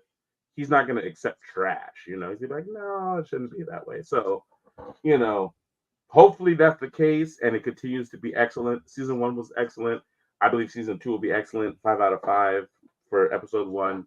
Let's go. I'm ready. All right. Cool. Let's keep it going on that friggin' prime track with Gen V. There will be some spoilers because we're talking about the season in its entirety. So if you're not current with Gen V, we're sorry. You may want to wait until after we take the spoilers banner off. No, you'll be fine. or you can just listen to Jay. That's fine. You can do that at your own peril. So, I'm just saying. Oz, you're back. Yeah. My camera's overheating, I think, because I had it on 4K. Oh, I'm sorry. Damn. Like, are we okay? Did you toned it down? You put it back to friggin'... No, yeah, brought it down. But it did it twice. That's why it went out twice. Put it on 1080p. I brought it back down. We don't need to see all your crevices, Oz. We don't need to that was every wrinkle in your forehead, Oz. We can just look at you like you're beautiful. Shooting video for you guys, but whatever. Well, thank you. We do appreciate it. Oz, what did you think of this season of Gen V? Did you get to the end? No, but I know what happens. So. Why do you know what happens? Because I talk to people. You know me, I'm a people person. Like, I talk to everyone knows that about Oz. man, Oz is the people. Yeah. So, what did you think of what you saw of this season of Gen V? Overall, I liked it. It felt like the Teen Titans version of The Boys. That's fair. No, look, and I think that's actually a pretty fair assessment of things. I also like that they do delve into. They did this a little bit in The Boys, but then how just because you're a superhero, like they're regular people that were given a drug that gave them superpowers, but their body isn't really meant to do certain things. So, like, we see how, this dude's getting brain damage every time he uses it. I'm sure Psychic Chick, like, she's obviously damaging something because her eyes were bleeding at one point. Right. Yeah, so it's good to see that. Yeah, the human body wasn't meant to do some of these things, and they're kind of exploring that a little bit. And I think that makes somebody like Homelander a little bit different because he, as far as we know, other than like mental psychosis, which could easily be a product of his upbringing too. Like, he doesn't. We don't see him physically manifesting any problems yet, but it could be something that maybe they bring up down the line, since they're obviously not following the comics anymore.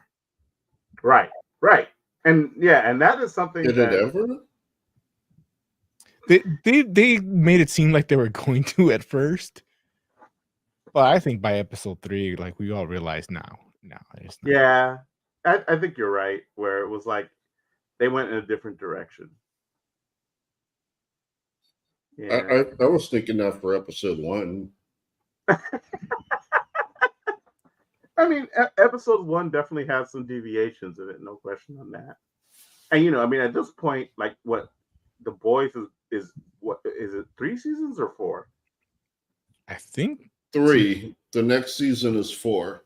Yeah. Okay, so yeah, like 3 seasons of The Boys. Like like it's definitely gone in a different direction than the books have ever gone. But I mean, and Gen V obviously is a spinoff of the TV show that, I mean, as far as I know, I don't know that any of these characters. These are all new characters as far as I know. But at the same time, I feel like it's been an interesting and a worthy addition to the mythos of the shows or of the show. What about you, Jay? How did you feel about this season? I liked it. Like it had something a little special, Mm-hmm. and I did end up really enjoying it. Ended up liking the characters. Like I Yeah, wasn't expecting to. Like right. yeah, like I knew I would think the story was probably good, but I actually Mhm. did end up liking the characters and caring about most of them. Yeah, like it's interesting because the characters from the show almost come across like on the surface. Like when if you're watching episode 1, I could totally imagine somebody looking at this joint and feeling like, oh, they got like they're out here trying to tick all the boxes. Where they're like, oh, okay, they want to make sure that they have a black woman and they have a gay person and they have like a friggin' Asian transgender person and they have a which and it's like they're like, oh, like this is what we're in for, huh? But Yeah. I Oh, feel like there's a strong, powerful white. Oh, he's dead. well, he didn't die in episode 1. He was around for a little bit. I thought he did. But that was an episode. I thought it was too. Yeah, I think it's episode 1. He dies in episode 1? They're long ass episodes, man. A lot of stuff happens in these episodes. That doesn't. No. Are you talking about the fire guy? Yeah, Sunspot or whatever. No, it's not how sunspot powers work at all. Same thing. Don't stop being a DC guy. You gotta read comics. It's Look, the same thing. I read the comics, and this school was like Charles Xavier's school in the comics. So no, it's not like Charles Xavier's school. It is. Well, I mean, it's the boys' version, but it was basically a school for gifted youngsters. There was a Professor X, and he wasn't called Professor X, but you know what I mean. Who's the Professor X?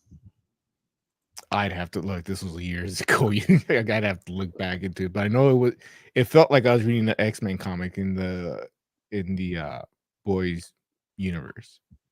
No. I'm Okay. not even sure it was a full way. comic. It might have just been like a section of it. That's fair. Whatever, it doesn't matter. But yeah, it doesn't matter. Yeah, he dies in the first episode. Really? Yeah. That's crazy because that's the last scene. That's the last scene of the first. Now, are you all talking? That's the last scene of the first. Yeah, when he whispers into the dude's into yeah, when he whispers at the other dude. Yeah, that's how it ends. That's how the episode ends. That's crazy. That does not. It didn't I'm just thinking about my experience of the show. It doesn't feel like that was because I feel like this dude was around for half the season. And don't get me wrong, I know that he even after he dies, he still is around. Yeah, he shows up in flashbacks and hallucinations. Yeah, but that's but that's blowing my mind that this fool died in episode 1. Wow, I did not realize that. Like, and honestly, I almost feel like that's like a testament to the show because, yeah, it's like and don't get me wrong, like look, this show does not have it's not wanting for white people. Like, there's plenty of white people in the show.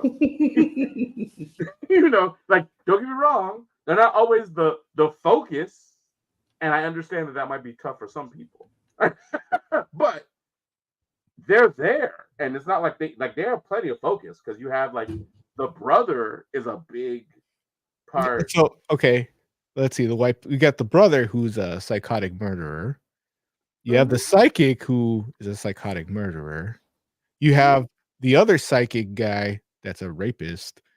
You have you have the professor, and he's actually smart, and he's dead. Not even sure he was white. Yeah, no, the professor that Sunspot kills. Gotcha. He's not Sunspot. Why is he Sunspot? Why is he not friggin'? Because I don't remember what his actual name was. I know he's a Schwarzenegger. That's his fault. Just saying, like, there's so many characters that actually have fire powers. Like, he's closer to Firestar than he is to Sunspot. No, because he's a dude. Are you sure? Why? Yeah, like, Sunspot uses solar radiation. Like, this fool doesn't even make fire. If you would have said Human Torch, I probably could have gone with you on that, but he's a pyrokinetic. Who's a pyrokinetic? Sunspot. His name's Golden Boy. Right. But I'm saying, yeah. Sunspot's not a pyrokinetic. Right. Sunspot doesn't even make fire. Right. Whatever. The end. No, but anyway. So yeah, like, definitely he's closer to Human Torch. He's closer to Firestar. Look, he's closer to Starfire than he is to Sunspot, which is crazy. I like her. But anyway, yeah, but why? See, you named all of the psychotic murdering white people, but then you have Emma, who's like regular ass white chick. She's right there throughout the whole thing. The one where she gets an upgrade. Huh? The one banging the psychotic? Yes, but that's not the same thing. And she levels up at the end. Right. Having sex with a psychotic person or a psychotic, like a murdering psychotic person, is not the same as actually being a psychotic murderer. Isn't it though? It's not. What's Charles Manson's girlfriends? What are they doing? What are they up to? Well, Charles Manson's girlfriends were in a cult. That's different. Like, they did help him. Also, aren't they dead now? Wasn't that like in the 60s? Well, yeah, they're dead now, Joe, but they were alive at some point. Yeah, well, people I think most people were. Right. I agree with you 100%. Most people were alive. There's a few that, we don't talk about them. All the stillborns. Yeah. Oh, Jesus, Jay. Man. Wow. Dark ass Jay. Look, but yeah. So it's interesting because, like, you bringing up the fact that you didn't think that you would care about these characters initially, Jay. It's like, I get it, because initially it definitely feels like, I don't know, like maybe this is about to be some friggin' paint by numbers kind of stuff happening here, where they're just like, we're just trying to tick boxes. But I feel like by the end of the first episode, which I think is evidenced by our initial review, we were all like, oh, okay, no, this show is kind of legit. Like, it feels good, No, I like the story, but I didn't start liking the characters until like later. How much later? Like maybe 4 episodes in. Oh, really? It took you that long? Yeah. Okay, and that's fair. How about you, Oz? Did you feel like these characters were interesting initially, or did it take you a while to like endear yourself to them at all, or what did you think? Did you did that happen at all? You might be like, I never liked any of these characters. Not How did you feel? not necessarily initially. I was worried that it was gonna get pretty generic. I felt like Homegirl's power was just an excuse to have more blood on the screen, especially the way they introduce her. Because Yeah, that's I the, get that's that. the boys thing is like how much gore Yeah, can we put on the screen, and I thought, well, this is your excuse if you're gonna be in a right, college. right. Um, but I like the actors. I've Okay, seen them in other stuff like Sabrina, and right, so I already like something about them. And then as the story progresses, they it's a good story. right, right. No, I would agree with that. And look, and here's the thing, I agree with you 100%. Where especially me watching initially myself, I was just like, okay, like, and the boys, especially the boys TV show, feels 100% like it's like trying to make sure it goes over the top. And I felt like this show started that way, where it's just like, okay, they're just trying to like shock us again into like how much gore or how much um like nudity or whatever they can show us, right? And I'm just like, oh, okay, well, here we go. Like, and it's not like a thing where I'm just like, I dislike that necessarily, but it's like, I don't want gratuity for gratuity's sake, you know? It's like, I don't want something to be gratuitous for gratuity's sake. Like, I want there to be good story reasons for things happening. And I do feel like, for the most part, they gave us decent story reasons for all the things that we did actually end up seeing.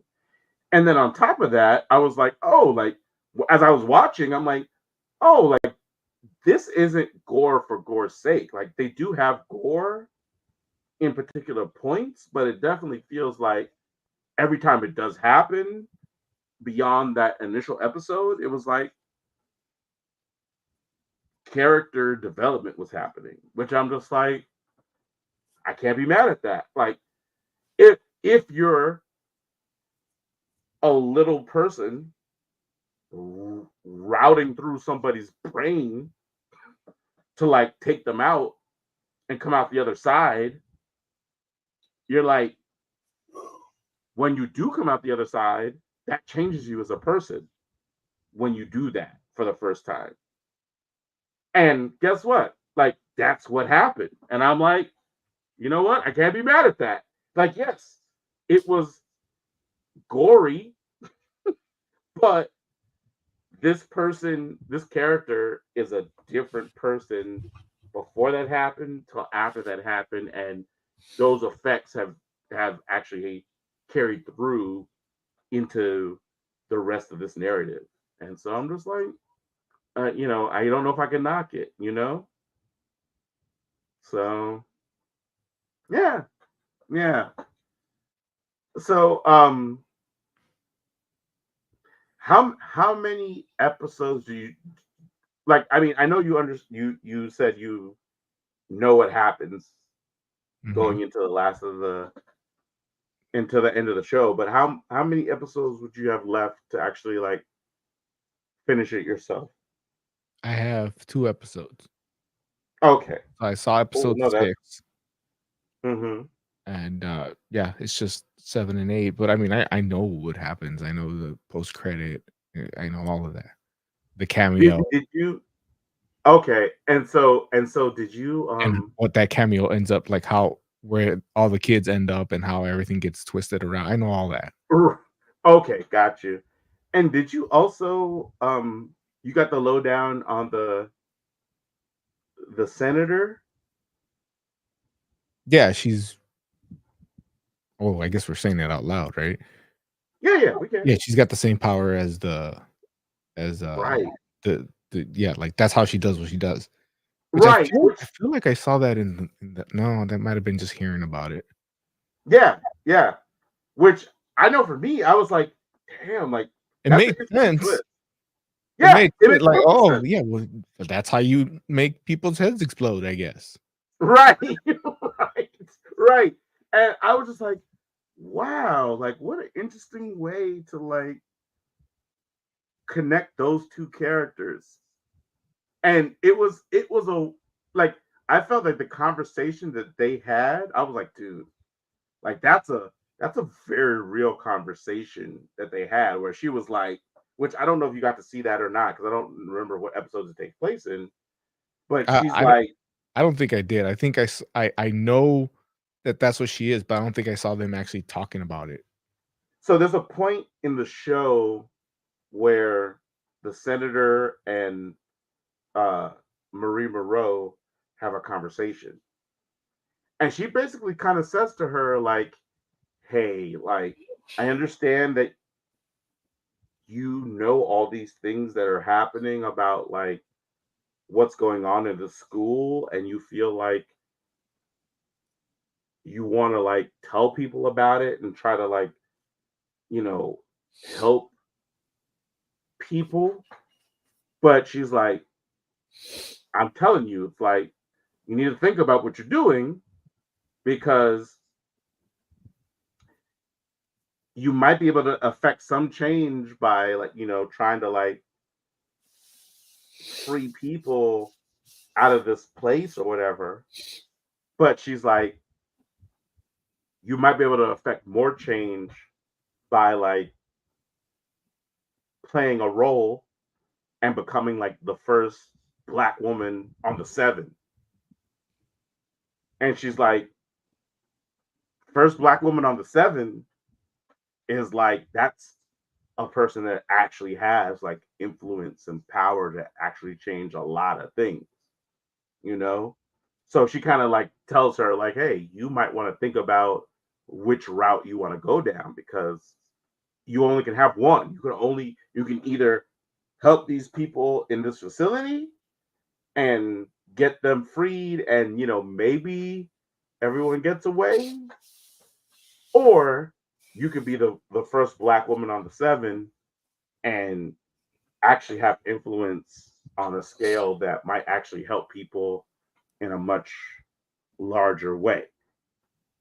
And I'm just like, man, I'm like, I feel like that's a very real conversation that a lot of like people of color have on a daily basis, especially if they have like, talent, where it's just like, damn, like, and it's messed up because it's almost like it is a compromise that gets made. And it's like, do you want to mess around and stick with your morals or do you want to like have what is perceived as actual like potential real power?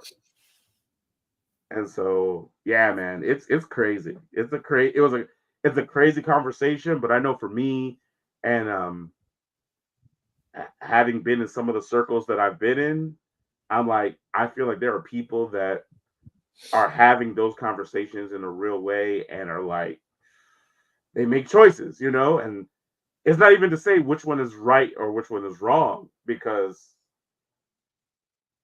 influence is influence. No, she's And right. who's right? The senator. Well, but there's some people that don't feel that way. Yeah, those people are mistaken. Hey, and that's fair, but at the same time, it's like, it's kind of like some people are like, is it worth selling my soul to have influence?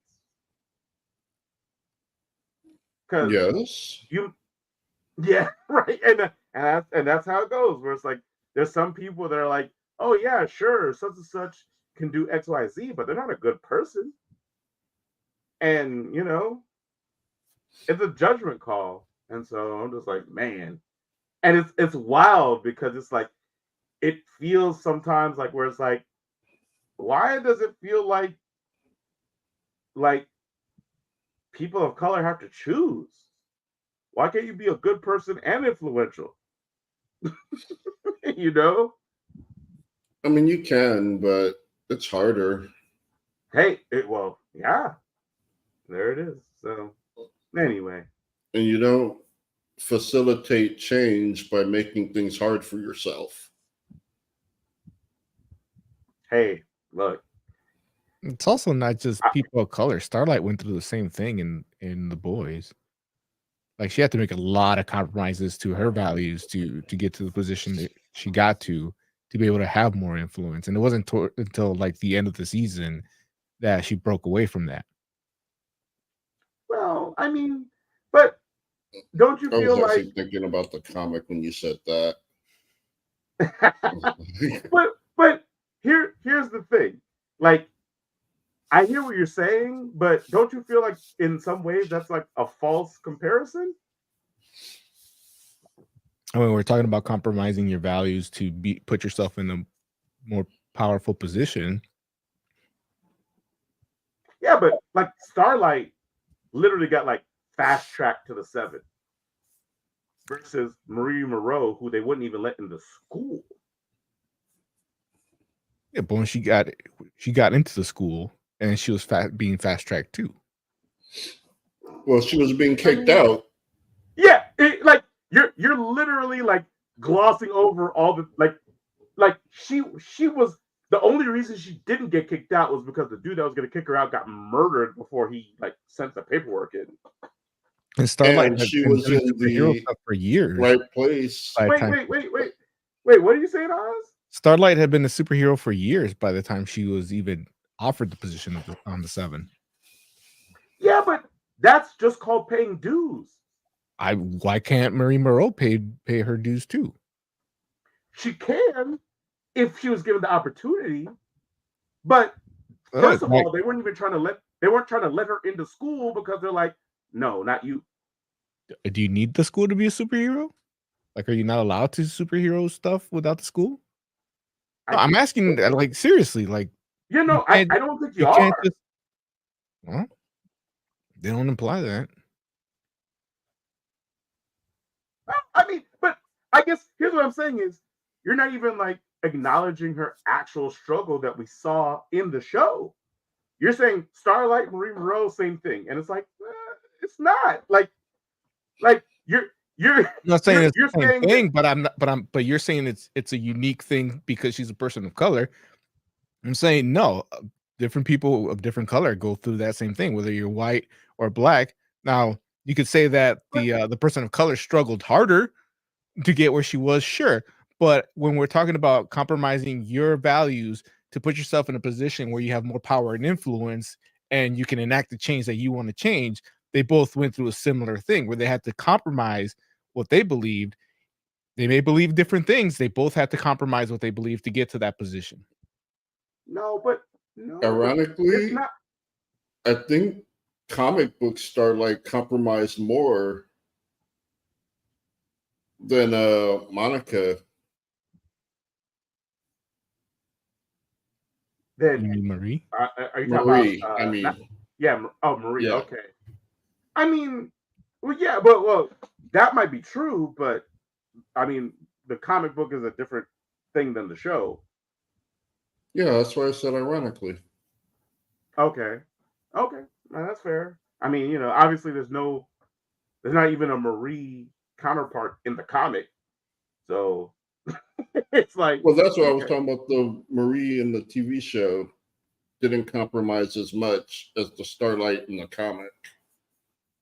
Gotcha. But I mean, I'm saying apples to apples. It's like Starlight, huh? Both characters are fruits. Got it. It's like Starlight had to go through a process to get on the 7, which is anyone has to go through a process to get on the 7. But it's like in the same way, like you can even look at, like, say for instance, like the way they treated A-Train versus friggin' Starlight. like when Starlight came onto the seven, it's like they were kind of like, I mean, they were happy to have her as a part of the seven because she fit a particular image. You know what I'm saying? It's like an A Train got onto the seven despite what he looked like. You know what I mean? And so it's like one of those things where it's just like, and obviously A Train compromised a whole bunch to be there too. Like, Yeah, you you know, compromised too much. He went too far. 100%, 100%, and continually compromised. It's not like his spot was like, oh, okay, I'm solidified now, so I can, be good.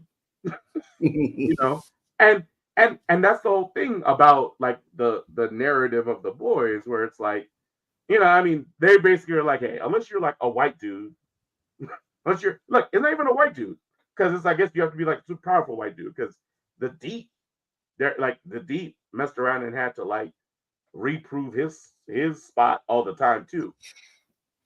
But Black it's Noir just like never one had of to reprove his spot. well, I mean, I feel like look, you say that, but you're not acknowledging the fact that this was like literally covered from head to toe. Like and made some major sacrifices for his like this dude is like come on. Like you saw what happened. Like you saw Black Noir's story. Like Black Noir is like one of the most tragic characters on the whole show. But yeah, I just like don't get me wrong. I'm not saying Starlight didn't mess around and have to compromise. And I'm not saying that at the end of the day, like Starlight made what we would all perceive as probably the right choice, where she's like, she made some wrong choices, but at the end of the day, she came back around and was like, hey, I'm trying to be the best person I can be. But she made those choices within the context of being a part of the premier superhero team in the world. It's like they asked Marie Moreau to kind of make similar choices. Well, I won't even say similar choices because realistically, it was like she just happened to have people that she didn't even know that were trying to get her, that were influencing her to be a part of the school. I think she and was making compromises before any of that. Like from the jump, she's making compromises. She gets Marie accepted. Moreau? She gets accepted to the school, and she goes in there, thinking, okay, I got an opportunity. I'm not gonna mess this up. I'm not gonna hang out with any of these people because they're all gonna get me in trouble. I'm just gonna put my head down and study. Gets to the school, realizes that that's not gonna work. You gotta make friends and have influence. So starts hanging out with people, and then she finds out that she's gonna get kicked out, and the dude that's gonna kick her out gets murdered, and already starts compromising her own beliefs in truth and justice to help cover up the murder, because that's gonna help her stay in this school and get elevated in her No, position. see, So she's doing it way before she's even talking to the senator. She's doing what she has to do to get ahead. That's I don't BS. fault her for that. She's trying to No, get no, ahead. no. But how are you gonna leave out the context that all the other people that she was like, I don't care what happens to them, threw her under the bus first? They didn't know she was getting kicked out. Well, yeah, but they didn't know. But they didn't. When she told them, they didn't do anything to help. Because the dude was already dead at that point. Like he literally dies within minutes of telling her that she's getting kicked out. So nobody had a chance to like fight for her. Now, I'm not saying they would have. Like, I'm not saying they would have, but nobody had that chance either. You can't say they wouldn't have. Especially home dude, Polarity, whatever his name is, because he did not give a crap about that school. Like, I think if anybody, he might have said something. Here's the proof. If they don't give a damn about a dying person on the floor and just dip out, I'm supposed to think that they care about me as a living person that just doesn't get to go to a school? I mean, they were all pretty high And and okay, drunk. and drunk. okay, so we're gonna make excuses for those people, but Marie Moreau, she's She did making all that all of her sober. she's making all her choice.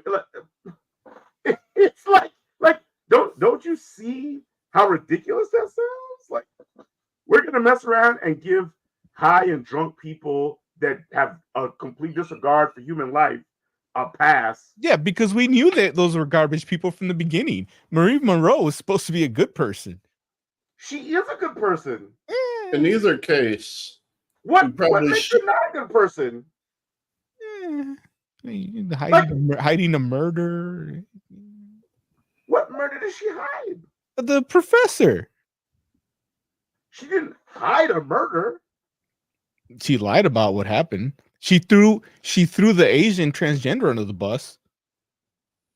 Oh, see, and that's the thing. That's the whole thing. The Asian transgender person left the scene of a murder. The Asian transgender person took on Sunspot and even told Marie, "Hey, let the people know that it was there because nobody believes that I was anywhere near." And she's like, "Nope, it was all me. It was even the other dude like that missed the meeting. He's like, oh yeah, no, it was just me. I You took can't them out on hand one to hand hand. be like, you can't on one hand be like they're garbage people, and then on the other hand be like, oh man, you shouldn't treat them like that. It's like if they're garbage people, then they're garbage people. Like She's not a garbage person. She's supposed to be better than them, and she was just as bad when it came down to it. She's supposed to be not better. as bad because she didn't let anybody die. We should move on though. Literally didn't let anybody die, and that's what I'm saying. It's like, dude, we're holding Marie Moreau to a whole different standard than everybody else because but she's a good person. And she demonstrated that multiple times. That's all I'm saying. Except for when she lied and threw people under the bus credit for stuff. Guys, okay, we gotta move on. Let's rate Gen V. So let's go with you, Jay. What would you rate it? Roman numeral 5 out of 5. There it is for the V. I love it. Oscore, what would you rate Gen V? 4. It's worth watching. Don't have to, but if you don't, you're making a mistake. I agree. As for myself, I'd give it a 5 out of 5 too, because I know for me, the main thing with this joint is I feel like every other episode, I thought I knew where it was going to go, and then it does a twist. And I'm just like, huh, I did not see that coming, which that doesn't happen to me a lot when it comes to like TV, movies, comics, anything. Apparently, you didn't even know where the episodes end. Exactly. No, look, it blows my mind that you're like, because look, and I guess that's the thing, like the episodes feel dense. And like that's a lot that happens. Yeah, I'm actually with you on this point, because when we first talked about it, the first 3 came out, and I remember I watched those first 3. And then when I went back to go see it, I was like, I had to think, what was the last episode I saw? And I could have sworn I thought it was like 4 or 5. And then I started looking at the episode descriptions, and I'm like, oh, I only saw 3. Yeah. So I understand where that came. Look, even I wasn't 100% sure that that's how that episode ended. I had to look that up. Yeah, absolute, man. It's crazy. And I'm just like, and I know that, as far as like where we ended up, I would not have guessed in a million years that that's where we would have ended up. And I'm just like, what? Like, and supposedly like this joint is gonna like go into season 4 of The Boys. There's also season 2 for Gen V. Right. And supposedly season 2 of Gen V is gonna like Kripke, who's the executive producer of the joint, was like, basically season 4 of The Boys is gonna pick up right after the ending of season 1 of Gen V, and season 2 of Gen V is gonna pick up right after season 4 of The Boys, and so I'm just like, I'm with it. So yeah, 5 out of 5 for me, man. I liked it. I liked it a lot because I was like, the characters are amazing. The story was interesting. It kept me like on my toes about like what was going to happen next and where we were going to go. And it ended, and I was just like, really? Okay, well, let's see. Let's see what happens. So it's going to be cool. I'm looking forward to the next season of The Boys even more than I was already. And I hope that the next season of The Boys takes, like, I hope what I saw in Gen V, because I feel like the violence and whatnot wasn't just for, like, I feel like in The Boys sometimes violent things happen just because. I'm hoping that what happens in the next season of The Boys takes a cue from this show, and it feels more like this, where it's like, okay, we're gonna see violence because of course it's The Boys, but it has like character interaction that happens with it, and it's gonna be cool. So we'll see. All right, let's talk about yes. Comic book Review. comic book Like review. well, not like that, but like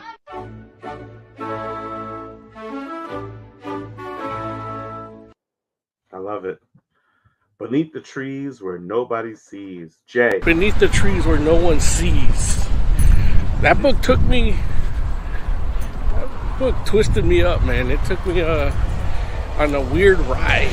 We got a cover where you have the protagonist, little cute teddy bear, walking around, going to a picnic with his little knapsack, and his raspberry jam just spilled in it.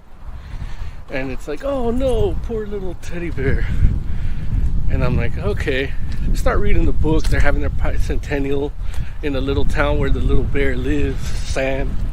And from there, it's like, whoa. It switches into this little teddy bear cutting up a duck. And with the way the art is here, it's like, it looks like a children's book. And then the way that he cuts up the duck is all clinical, precise, which is even more disturbing with the children's book art. So that was my big takeaway with this book. Like, this is the experience that it gave me that I really enjoyed. It's creepier than most horror movies.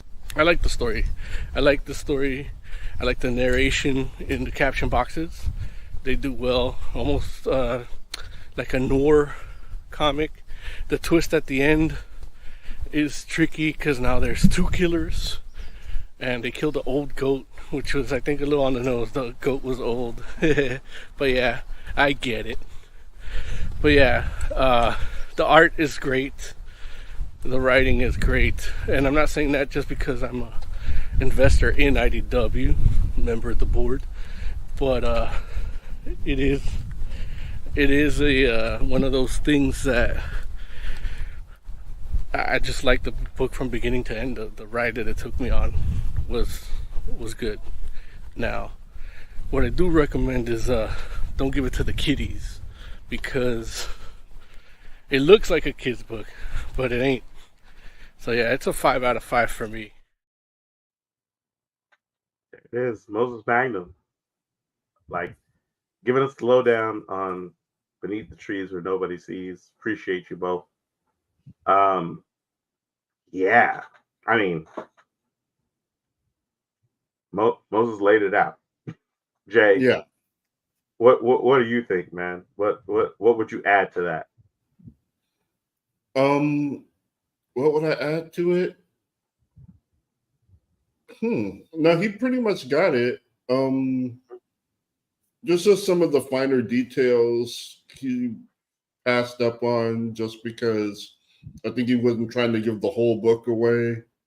Right. But basically, this young lady, or she's probably medium-aged lady, like, I think she's in her 40s. Are you talking about Sam? Yeah. Gotcha. She owns a She owns a hardware shop, lives in the town, and every so often she feels the need to go to the city and kill a random person to help her feel control, like she has a bit of control. And one of her major things is like she can't kill anybody in town because that would be everything anyone talked about, and it'd be trouble for her. And that's why she's pissed off when the old goat ends up dead, because people might come around and accidentally find out that she's been killing people for the past 2 decades. Right. Yeah. No, you're absolutely right, man. It's like, it's crazy. Like I agree 100% with what Mo said with the juxtapositioning between like the subject matter and like the children's book kind of art. Like, you know, like the anthropomorphic, like, I mean, literally Sam looks like a teddy bear. So she looks like a teddy bear, and then she's like a serial killer. And it's like, it's weird how putting those two things together from a visual perspective, like how disturbing that can be. Because I know, like, when I got to that page that Mo showed us in his video, where she had the duck cut up, I was just like, dude, what is going on? Why does Joe friggin' like find this stuff? Like, where did, like, I'm just like, how does this get on his radar? You know what I'm saying? So that's not even like the messed up part of the scene, because I was more messed up by when she's got the nail. Right. Like, I'm with you on that. Exact body parts that it's gonna hit and what it's gonna do. And I'm like, this is way too much detail. And it's wild because you're right, because the nail, like, and they don't even really show you like what she does with the nail. They just like, they tell you and they show you like her lining up the nail, and you're just like, damn, like this is surgical. And it's funny because that's not even like, it's not like the main thing. Like, it's just what she needs to do to kill. But it's really the cutting and the sorting. That's what calms her down. That's what scratches the itch. Yeah. Oz, I know that, you know, obviously you have particulars about art, and you know, Mo mentioned like the storybook kind of style of this. Did this like art work for you? I think it was on purpose to give you that uneasiness. I mean, you get a lot of pages of just slice of life, and it looks like a cute teddy bear or whatever. It just, so when you get to that point, it does mess you up.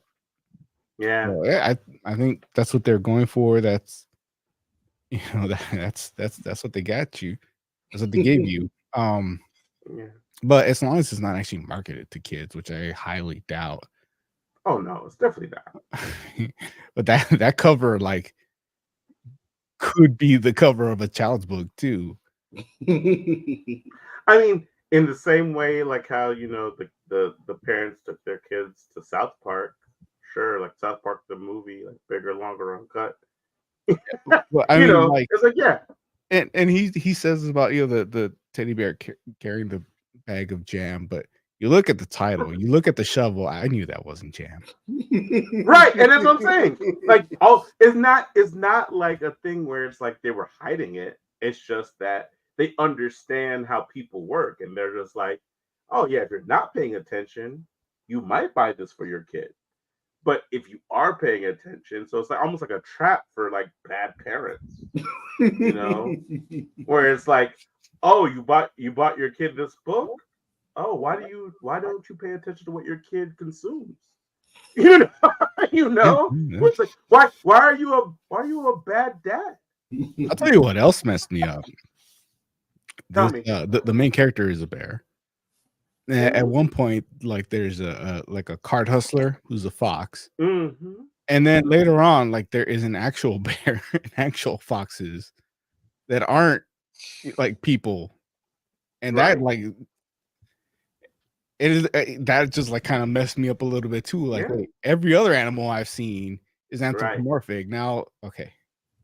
And it happens right after the duck incident, so you're already kind of messed up with what you're reading, and then that hits you. And I don't know. I'm sitting there wondering, like, is this a hallucination? Because this cute teddy bear was paddling down a river of blood just like a page before. So it's wild because it's like when you have Sam friggin' drug this duck, hit the duck with the nail in its brain so it's dead, slit the duck's throat so it dies, or bleeds out, and then chops the duck into pieces, like segmented. I was just like, what? Like, what am I reading? Well, that's what the throat slitting was for, was to make it not messy when she chops them up. Right. Everything in its place. Right. I don't like how you have that memorized. Like that just came out. Like, hey, I've said it before and I'll say it again. My friend is not a serial killer, okay? He's not a serial. I don't care how you feel. He's not. I'm telling you. I know him. I've known him his whole life. He's not. If he had killed a whole bunch of people, I would have known already. He's not doing that. Son is a celibate. I get why you feel like I might be wrong, but I'm right. No. So listen. So then drains slits the duck's throat, drains the duck, then chops it into the segmented pieces. The part that really messed me up is putting each piece into the paint cans, covered by the paint, and then burying them. I was like, that's diabolical. Because it's like one of those things where it's like, even if you come across that joint, you're like, what is this? And then you decide to dig it up in the next few days where that does happen, right? Then you see the paint can, you probably grab that joint, and you're like, yeah, it feels like a regular can of paint. That's weird. You open it up, and you're like, oh, it's paint. Like, you literally might just leave it there. Let's be like, I don't know why people are burying paint, but somebody buries some paint. You might, I'm just thinking about myself. If I was to go to the trouble of digging up what this is and finding a paint can and opening the can, and I'm like, oh, there's white paint in here. In my mind, I'm pretty sure I would just put the lid back on that joint. It's like, oh, I don't know why they bury paint. But I'm like, that's none of my business. I would feel like a fool for taking the time to open up, to dig this joint up and see this paint. It wouldn't. I guarantee you, I would not find the body part in that white paint. I would not find it because I'm not digging through white paint. I'm definitely not going to use it. Why would I use it? Eventually, I'm looking at myself anyway. Eventually, it solidifies anyway, so it'd just be garbage. Like, at worst, you just put it in a garbage can. I guess, but either way, I'm just like, it's so diabolical. Like, it's like on so many levels where it's like you have, like, it's somebody that has to be looking for something so specific for them to find a body part in that. And I'm just like, damn, like, that's crazy. And even in the segmented picture that Mo put in the video, and the one piece of the head that's just off to the side, and you can see the cross section of the brain and the skull and all, and I'm just like, I was just like, man, it's weird to me how disturbing it is. Part of it is the characters, part of it's the art, part of it is the act itself. Because I'm just like, damn, like I think the part that makes it so diabolical is like, if this wasn't, well, and not even if this wasn't, because as good as Beneath the Trees Where Nobody Sees is, I don't know how many people are reading this. And so from that perspective, I'm like, this joint could work. This could be a manual for somebody. Like, there's someone in a small town somewhere that might have been like, you know what? I think I want to try that. And guess what? Like, whatever nearest city there is to that small town is missing people, and they don't know why. I do You have know? Fortunately, that I forgot what it's called, but it doesn't knock you out nearly as easily as people are led to chloroform. believe. Yeah. Oh, is it chloroform? They don't actually say what it is. Yeah, I think it's chloroform. Yeah. But that takes a way longer to knock you out. And yeah. So what you're saying is go straight to the nail. Straight to the nail is what you're saying. Well, if they're still moving, you can't do it. Jay's like, in my testing, yes. No. But yeah, man. Like, and I right. Like, I don't, I don't know anything about chloroform. I've always felt like that was a movie thing. Like, yeah, I felt like it probably doesn't work like that. But takes about 5 minutes or so. Okay, and hey, thank God for that. And I don't think you'd get knocked out long enough to drive out where she drove, right? You'd have to keep. Yeah, it only puts you out not very long at all. There's whatever they used to use for surgeries, they put a mask on you so it's constant. Right. Okay, cool. Well, look, it's good to know that a teddy bear can't just walk up to me on the street and murder me. They got to work harder. I'm happy to hear that. They need at least a friggin' it can't just be like a regular car, like a station wagon. It has to be like a full-on van that has anesthesia inside of it. I've always said, I'm like, dude, guess what?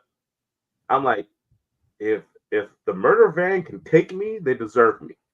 Because Lord knows, I'm a fight. And that's why I feel I don't think a 300-pound black dude is not what murder vans normally target. Where they're like, you know what, we're gonna grab him and pull him in because they know it's like, no, this dude's not gonna go quiet. I'm not gonna cry. I'm gonna fight to the end. And it's like, you better first of all, if it's just one person, you can't take me. It's just that simple. I don't care who you are. I'm gonna put up enough of a fight that you can be like, you know what, let me let him go. But you need a team, and that doesn't go well. But yeah, man, this joint, I was just like, this is crazy. It's a crazy ass book, and I'm just like, why does Joe know all the crazy ass books? It's so a Jay, gift. answer that question. And Why the do you good know connections. how did you come across this? Twitter. One of the guys I follow on Twitter is a horror dude, and he was plugging it. So ever since he mentioned it, he was like, it's like Richard Scarry's Busy Town meets Dexter. And I was like, yeah, I need to look out for this. Yeah. And do you happen to know, is it a limited series or is it an ongoing or what?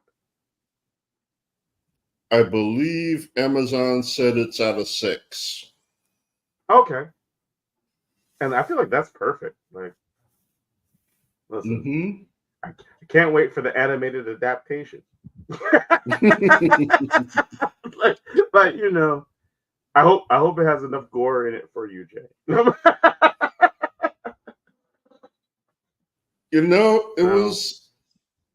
I was literally stunned when I saw the segmented duck, like that stunned me for a few moments. Like, man. And then Yeah. the end, like with the old goat, you know, the more I look at it, I'm like, no, they actually like cut his arms in half. Yeah. And it's like, why did they do that? Like, that is crazy. Like, That's a I good get question. like I agree. just yeah, it's crazy. Like, why did they do that to that goat? And it's Mhm. awesome. The art, like, you can actually see the goat before the reveal. And it's like, Oh, wow, really? that's interesting. Yeah.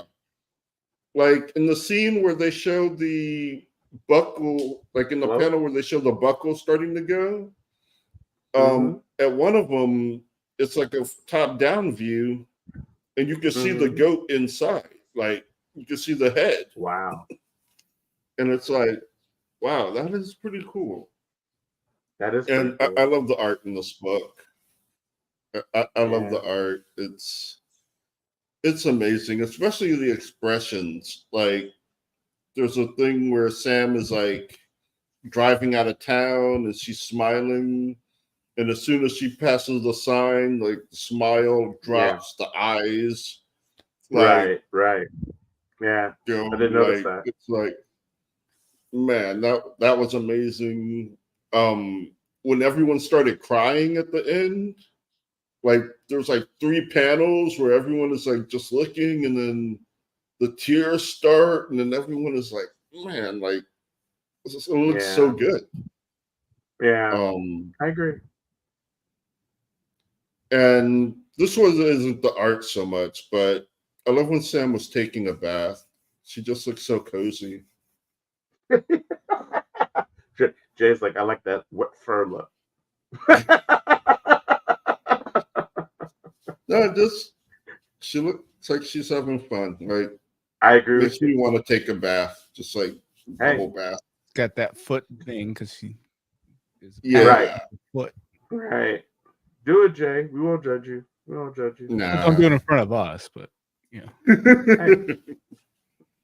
Uh, Oz, before you rate it, man, is there anything that you took away from this that you felt like, what would be considered the negatives or the downsides of Beneath the Trees Where Nobody Sees? Uh, just the beginning where it's so many pages of slice of life stuff. But Got it. I don't want to say it's too bad because it is a huge setup for what happens. Like Right. it's setting up your brain for some scrambling. Mm-hmm. Got you. Okay. So, what would you rate it, Oz? I think a 4. It's Yeah. the way it messes with your head, and then this is not a good person, and when the goat thing happens, like this person is thinking, well, somebody fucked up, murdered somebody in the town, and the cops Right. might find the wrong murderer, so I think I need to take care of this.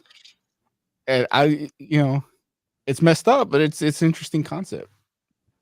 Yeah. Which I guess it Yeah. was very Yeah. Dextery, right? That's kind of what that was. Yeah. Mm-hmm. Yeah. Jay, how about you, man? What would you rate Beneath the Trees Where Nobody Sees? I would give it a 6 out of 5. Um, like I knew from the beginning, like I pretty much knew from the beginning that I was gonna love this book, Okay. but I was blown away. Like Yeah. it just went beyond love. Like this Yeah. book is just so good. Like I love it. I Yeah. love the dialogue, the art, the characters. Like Sam is great. Like Yeah. she's a terrible person, but she's a great character. 100%. Yeah, and I was, man, like It's weird because that doesn't happen often. Like there's some times where I know I'm gonna like something and then I end up liking it a little more than I thought I would. But this one was just like way beyond. Like, man. Yeah. I hear that. I hear it. Yeah, I would give it a 5 out of 5 myself. I was just like, I was not ready. And I was not ready in the best possible way. Where I'm just like, dude, like what? Like, what am I reading? And you're right. Like Sam as a character is phenomenal. He's not a good person. It's a phenomenal character. And I can't wait because I'm like, okay, Sam is like, okay, well, I need to solve this murder before the authorities do. And like at least that's in my mind. That's what I'm thinking is what's going to happen in issue 2. Like Sam's going to be like, I need to figure this out before they do, because I need to, or like either way, I feel like she needs to figure it out before they do, because she needs to either like cover the trail up so it doesn't blow her spot up, or she needs to like lay the breadcrumbs. I think she actually says that if they go looking for one murderer, they might find the wrong one.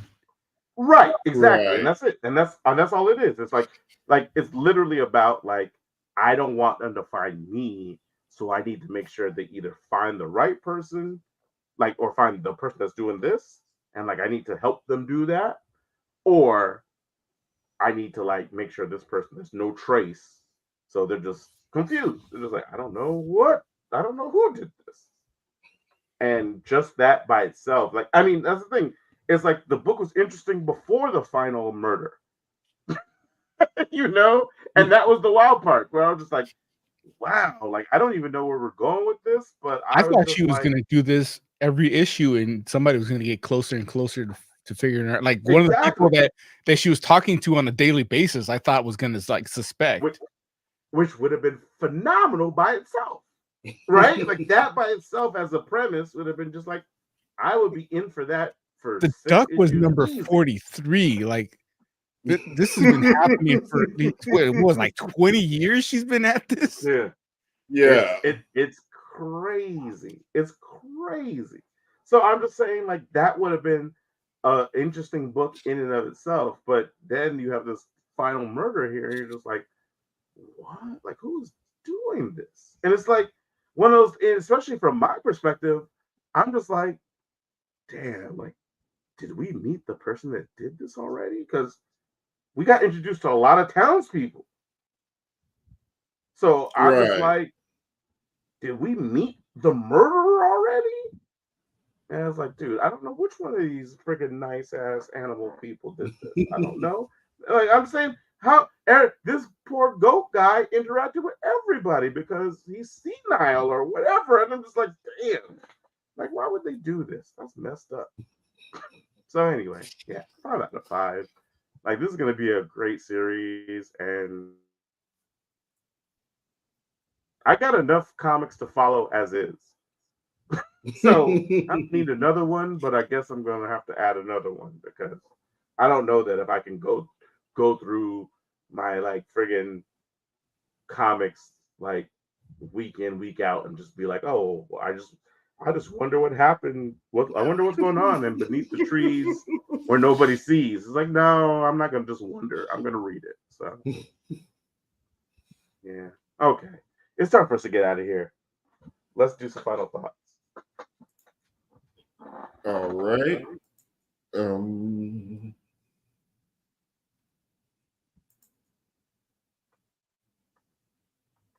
I feel it coming. I feel it. It's coming now. There it is. Jay, I'm going to start with you, buddy. Give us a final thought. Tomorrow is the finale for Scavenger's Reign. If you've been waiting for it to finish it so you can binge it all at once, now's the time. Well, tomorrow's the time. Yeah, Scavenger's Reign. I'm looking forward to it. Yeah. Yeah. Makes sense. Makes sense. Oscore, final thoughts. If you're gonna produce a product that your customer isn't gonna get till, let's say, November, you probably don't need to include a calendar for that year. I got something in November 2023, so They it's give not you one a of those calendars They that give goes you a into, like, 2023 calendar in November. yeah. That's hilarious. And it's not one of those that, like, at least gives you like January and February of 2024. It ends in December. So